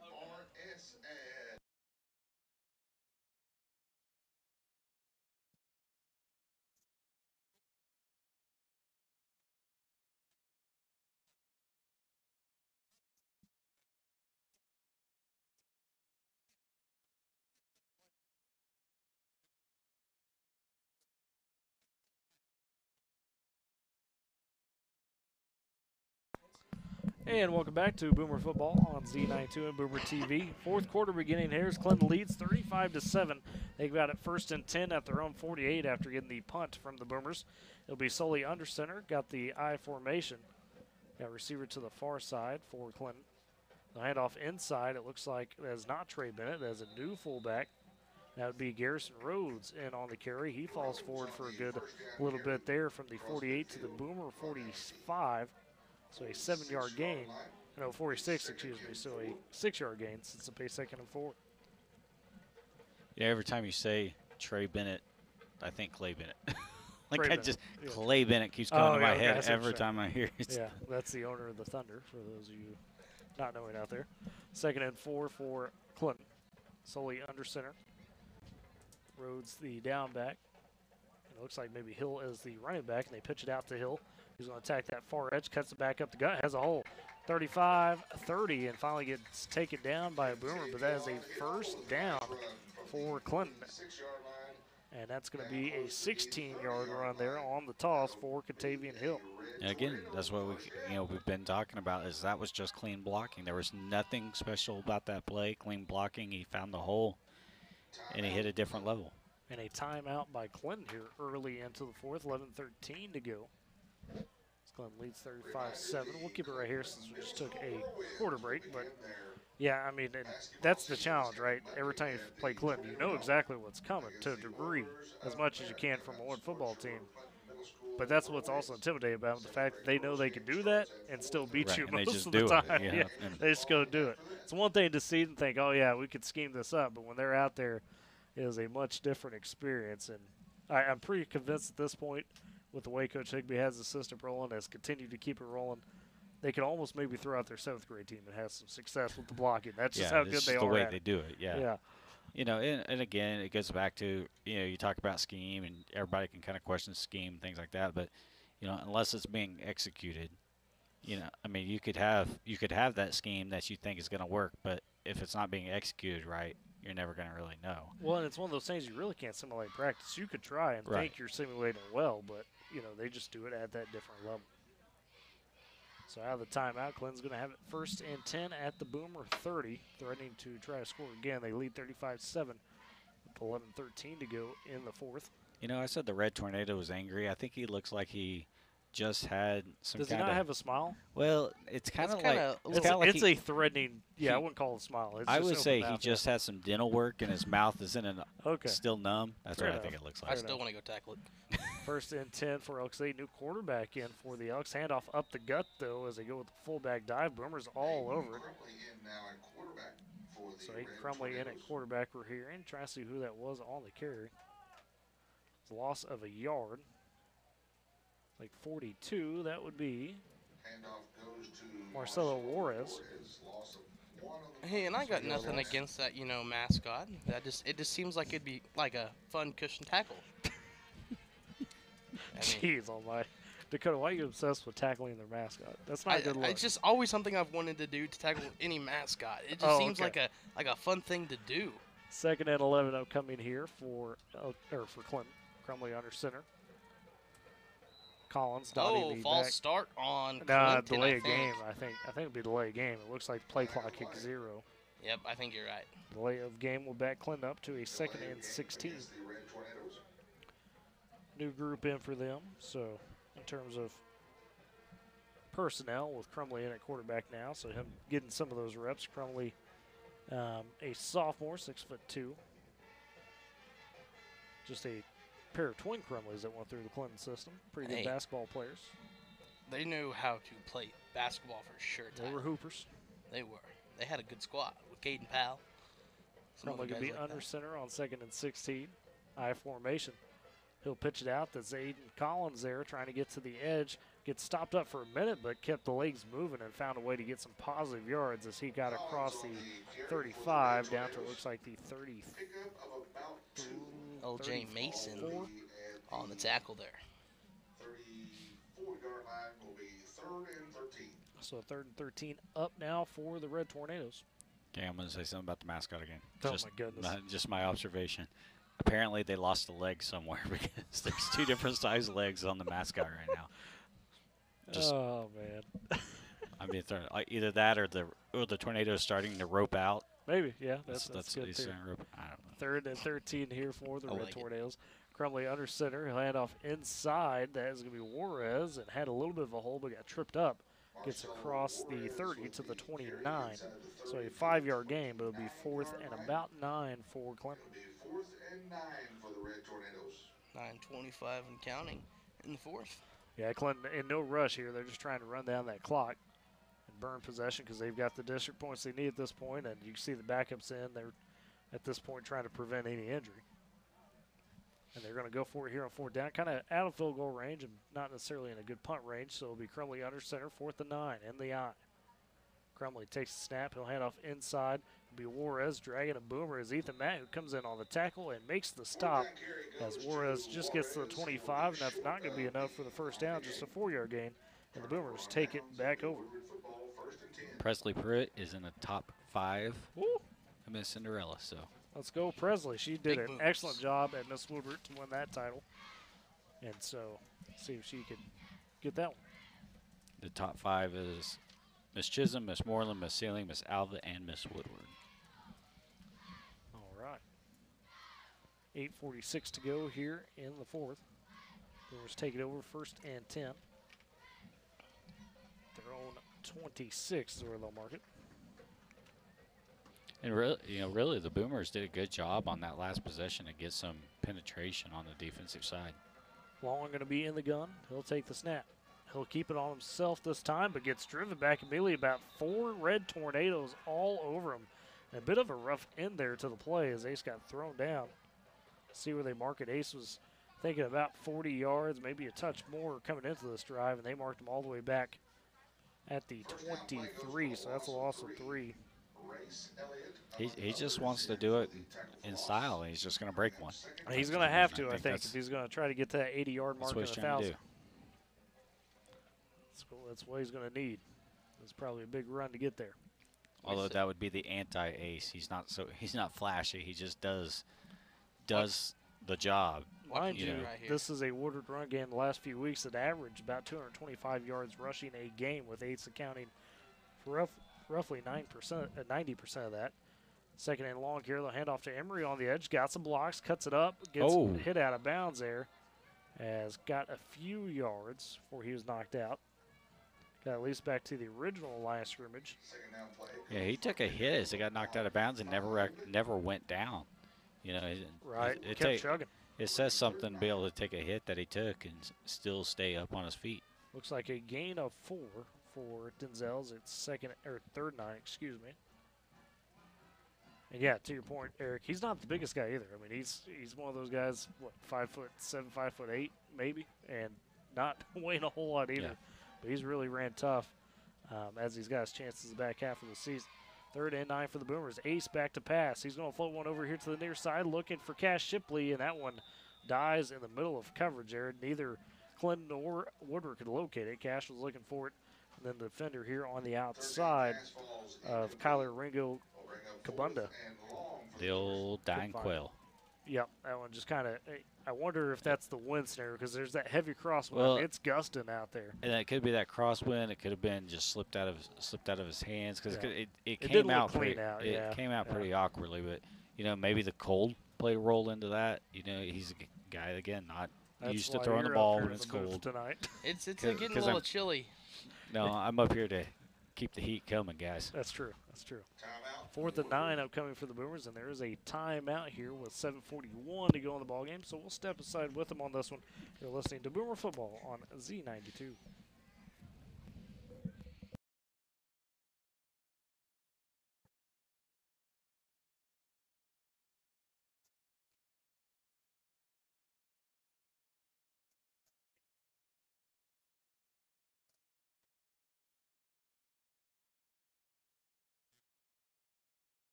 And welcome back to Boomer Football on Z92. Cody Widener, Eric Scott, Tyler Riggs with you. As Clinton currently leads 35-7 over your Boomers, 7:41 to go in the ball game. Clinton have the Boomers on a 4th and 9 right here at the Boomer 27-yard line. And it looked like Woodward was going to go for it before that timeout, so we'll see if they still do after we get out of the timeout. Sorry, I'm thinking about something here. Oh, okay. There we Yeah, go. Eric, we are a little bit packed in this press box. So Eric was like, I see space, and took it for a minute. My old man hip is loving this now. Oh, now he's blaming the old man hip. Man, Here, there's a let's space heater right here and everything. Yeah, he stood up. Man, now this is a three-man crew setup here. 4th and 9 for the Boomers. They're in the gun. They're going for it. Ace going to take it out to the far side, looking for a pass. He's got Ethan Matt, but that one picked off as the pass was overthrown, picked off by Garrison Rhodes, and he'll get down. No, excuse me, it was not Garrison Rhodes. It was Trey Barlett, able to pick it off and return.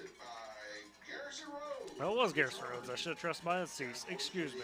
And that was that play earlier we were talking about where he Yeah. kind of it was a pseudo jump pass and was trying to go to Ethan that time and I thought he had it. overthrew it a little. 7 minutes to go in the ball game. Crumley under center in that I formation. Hester the dotting that I. Handoff inside. It's going to be up the gut, and the fullback get in. They say he does. Touchdown, Clinton. Snap, ball, Clinton. Snap, ball is down. Kick is up, and good.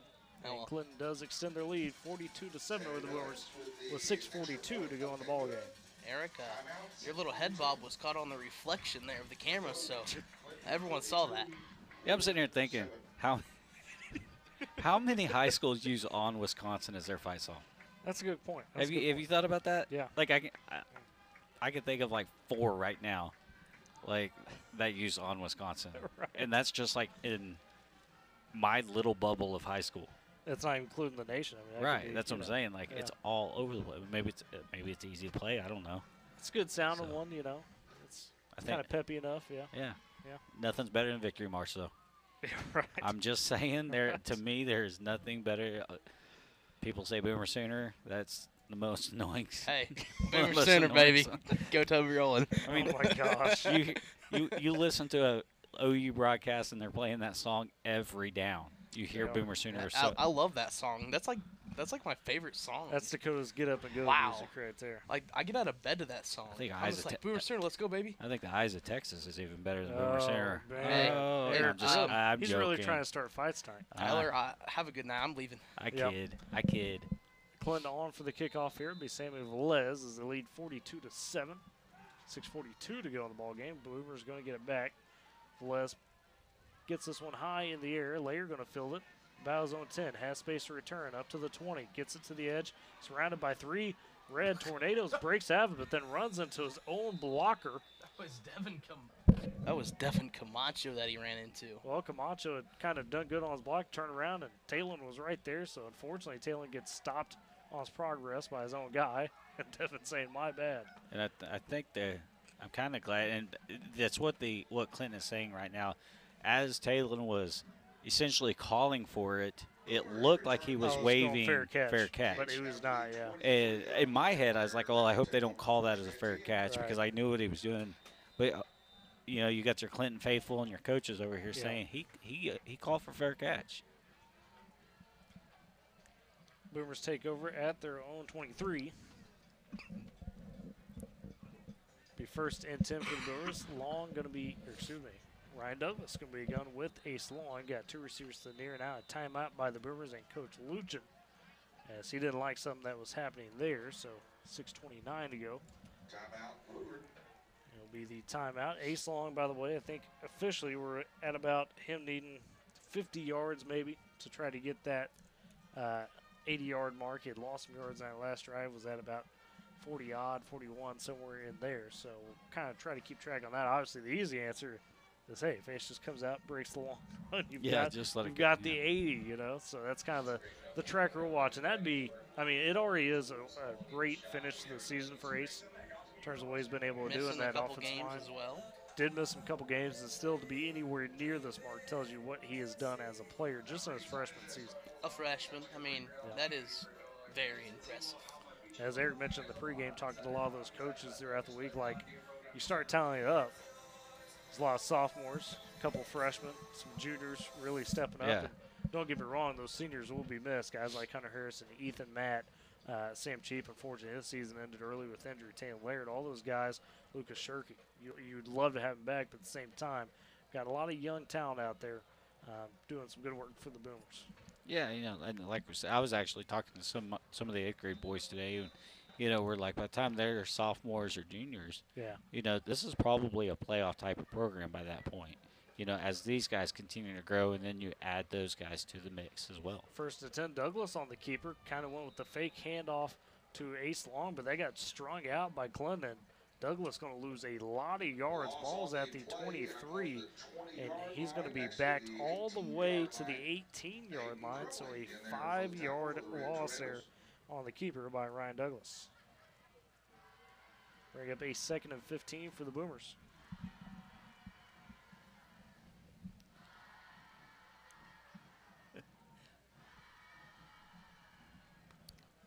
Clock still running here. 5:50 to go. Boomers trail 42-7. Douglas going to be the gun with Long with him in the backfield. 3 receivers to the far, 1 to the near. Now a receiver in motion. Douglas will hand off inside to Long, trying to find some room, but boy, Clinton all over it. Looks like Ace got a couple yards. Gets up to the 20, about 21. So they say no gain, so excuse me. They didn't mark him back as far as I thought for Ryan. No, I'm correct. So they only got Ace to the 16. So Douglas lost more yards than I thought. He lost about 7. And so 3rd and 16 upcoming.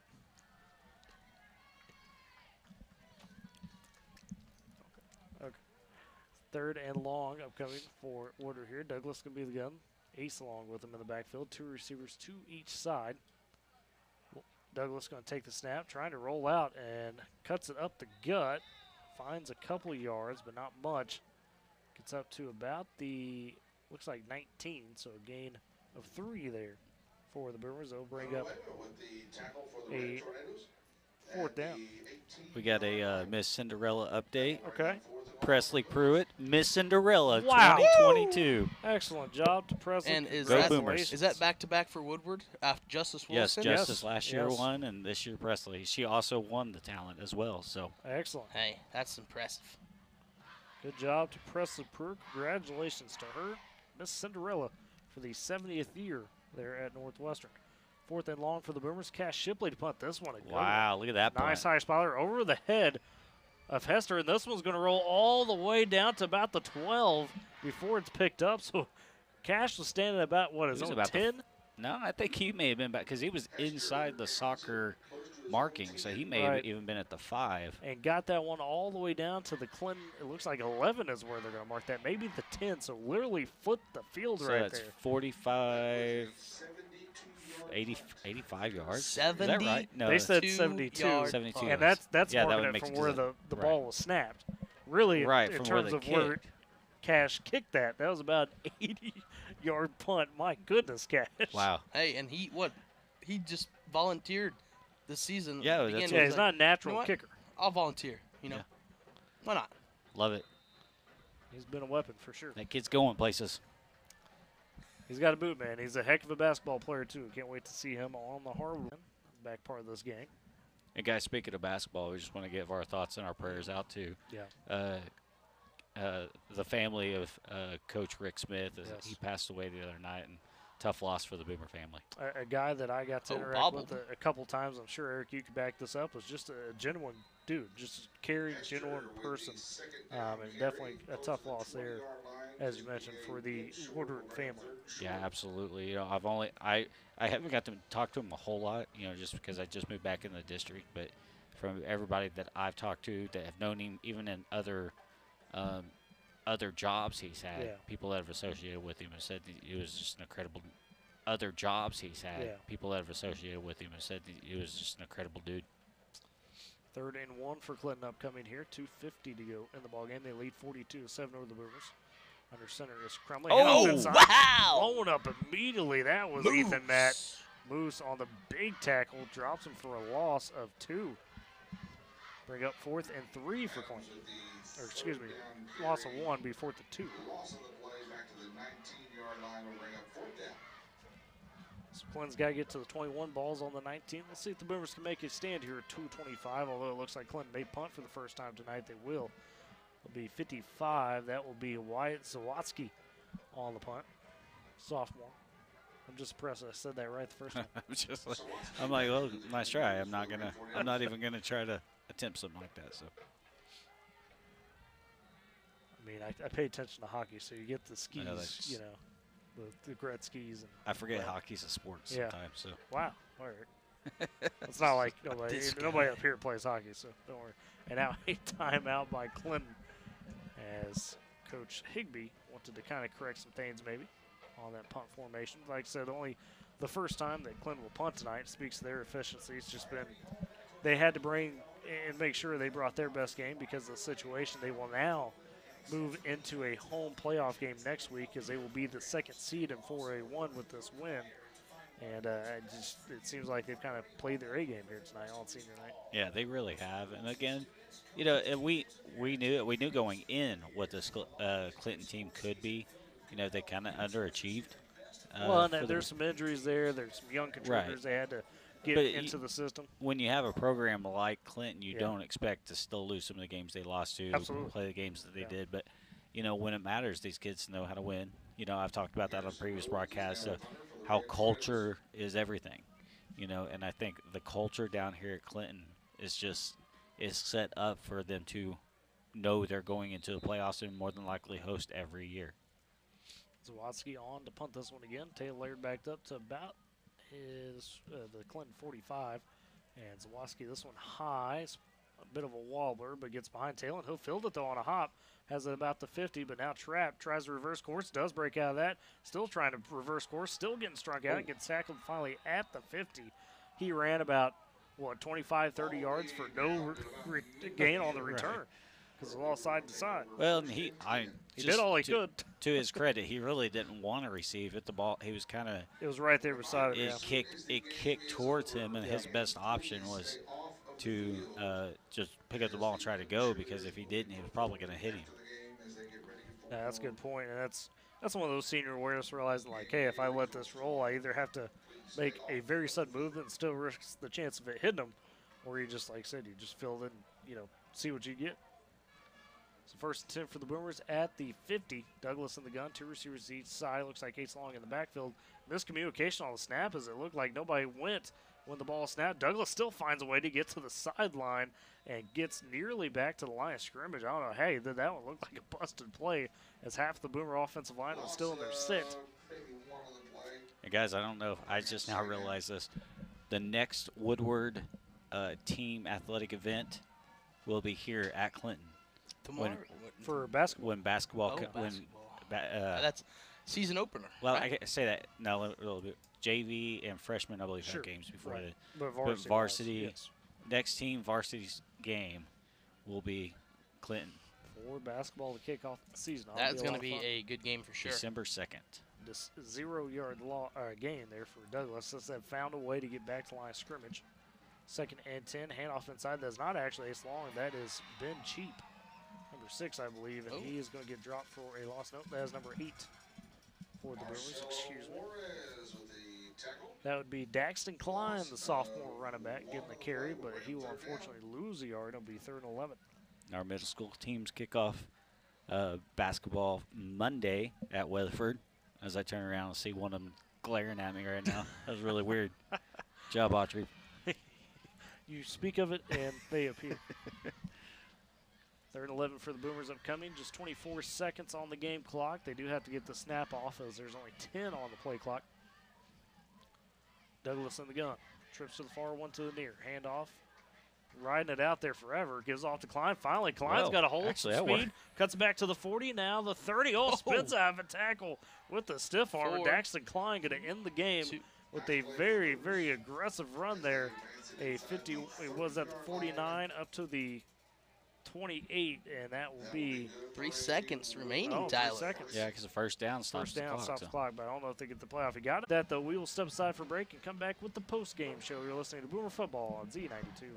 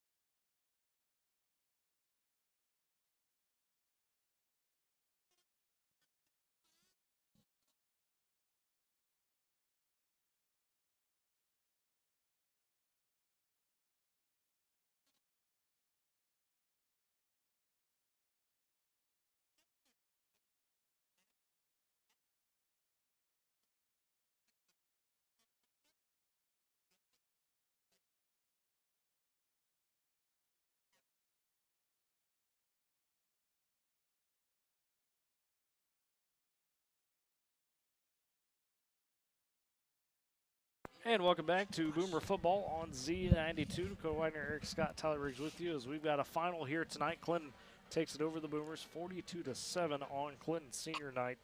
And guys, I'd say the summary of this game, just as we were talking about there, just Clinton brought their A game and executed as they needed to do to get themselves positioned where they wanted to be for the playoffs. Woodward tried to fight, but Clinton seemed to have everything extremely scouted well and really kind of put a plug on that Boomer run game that had been very potent over the last few weeks. Yeah, and that's what you made. The key word you said was execution. Yeah. That's all Clinton did tonight. They didn't do anything special. They lined up. They made blocks. They executed well. Credit for the Boomers. They kept fighting all the way through the end. But, this is still a tough Clinton squad. No matter what their record was coming into the game, they still end up second in the district. As we've seen, this is a tough district. Yeah. And so it was a tough year for the Boomers, but they kept fighting all the way through. Anything to add to that? No, I just really don't think that Woodward kind of found that rhythm like we usually find in a game, and we start to make plays after plays after plays. It just kind of didn't add up here for Woodward tonight, and just couldn't really have that rhythm. Yeah, and like I said, kudos Clinton on that because they played a part in that. They played amazing. All on the ball. And playoffs start next week here for Oklahoma. Clinton, as mentioned, will advance. They will get to host, and we'll have all the district standings and breakdowns and who's in, who's out, and all of that on the fifth quarter over on K101 coming up here at 10 o'clock. There's about 30 minutes left in Friday Night Quick Scores if you want to catch up on some of the area scores. With that, though, we will step aside for a final break and come back and put a bow on things and put a bow on the football season for the Boomers. You're listening to Boomer Football on Z92.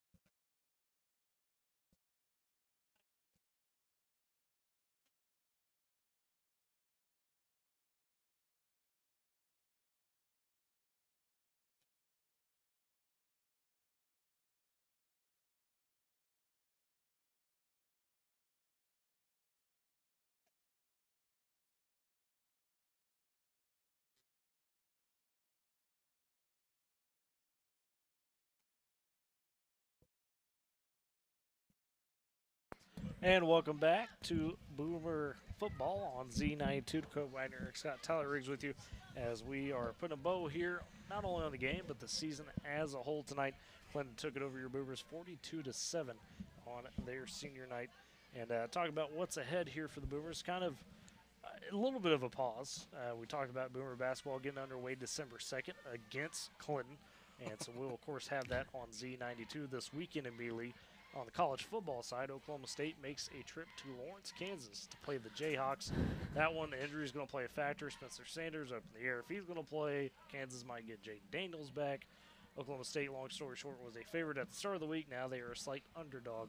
But we will have the radio coverage of that here on Z92 with Dave Hunziker and his crew. Kickoff is at 2:30. Dave will be live at 12:30 with the pregame show. And on K101, it will be Oklahoma hosting Baylor. And that one, a 2 o'clock kick. Toby Rowland and his crew will have the pregame coverage starting at noon. And Boomer Eric, Sooner. I got a correction from Clint. Did I say something? Oh, well. It's Clint. You Here we had go. said, that the next varsity event was basketball. It turns out wrestling will have events as well. See, next week. He's So going to be like, Clint is oh, a wrestling coach. doesn't count. Shelton, yeah. stinking middle school teachers. What do Yeah, they know? I know, that's true. But so Boomer Wrestling. I'm not one anymore. A Woodward winter sport. Yes, That'll get absolutely. underway, so. And I'm excited to see what Coach Shelton and Coach Weatherhead are going to do with the wrestling teams this year. There you go.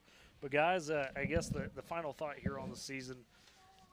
Those seniors going to be tough to lose. And we named a few of them: Sam Cheap, Taylor Laird, Hunter Harrison, Ethan Matt, among some of the others, Lucas Shirky as well.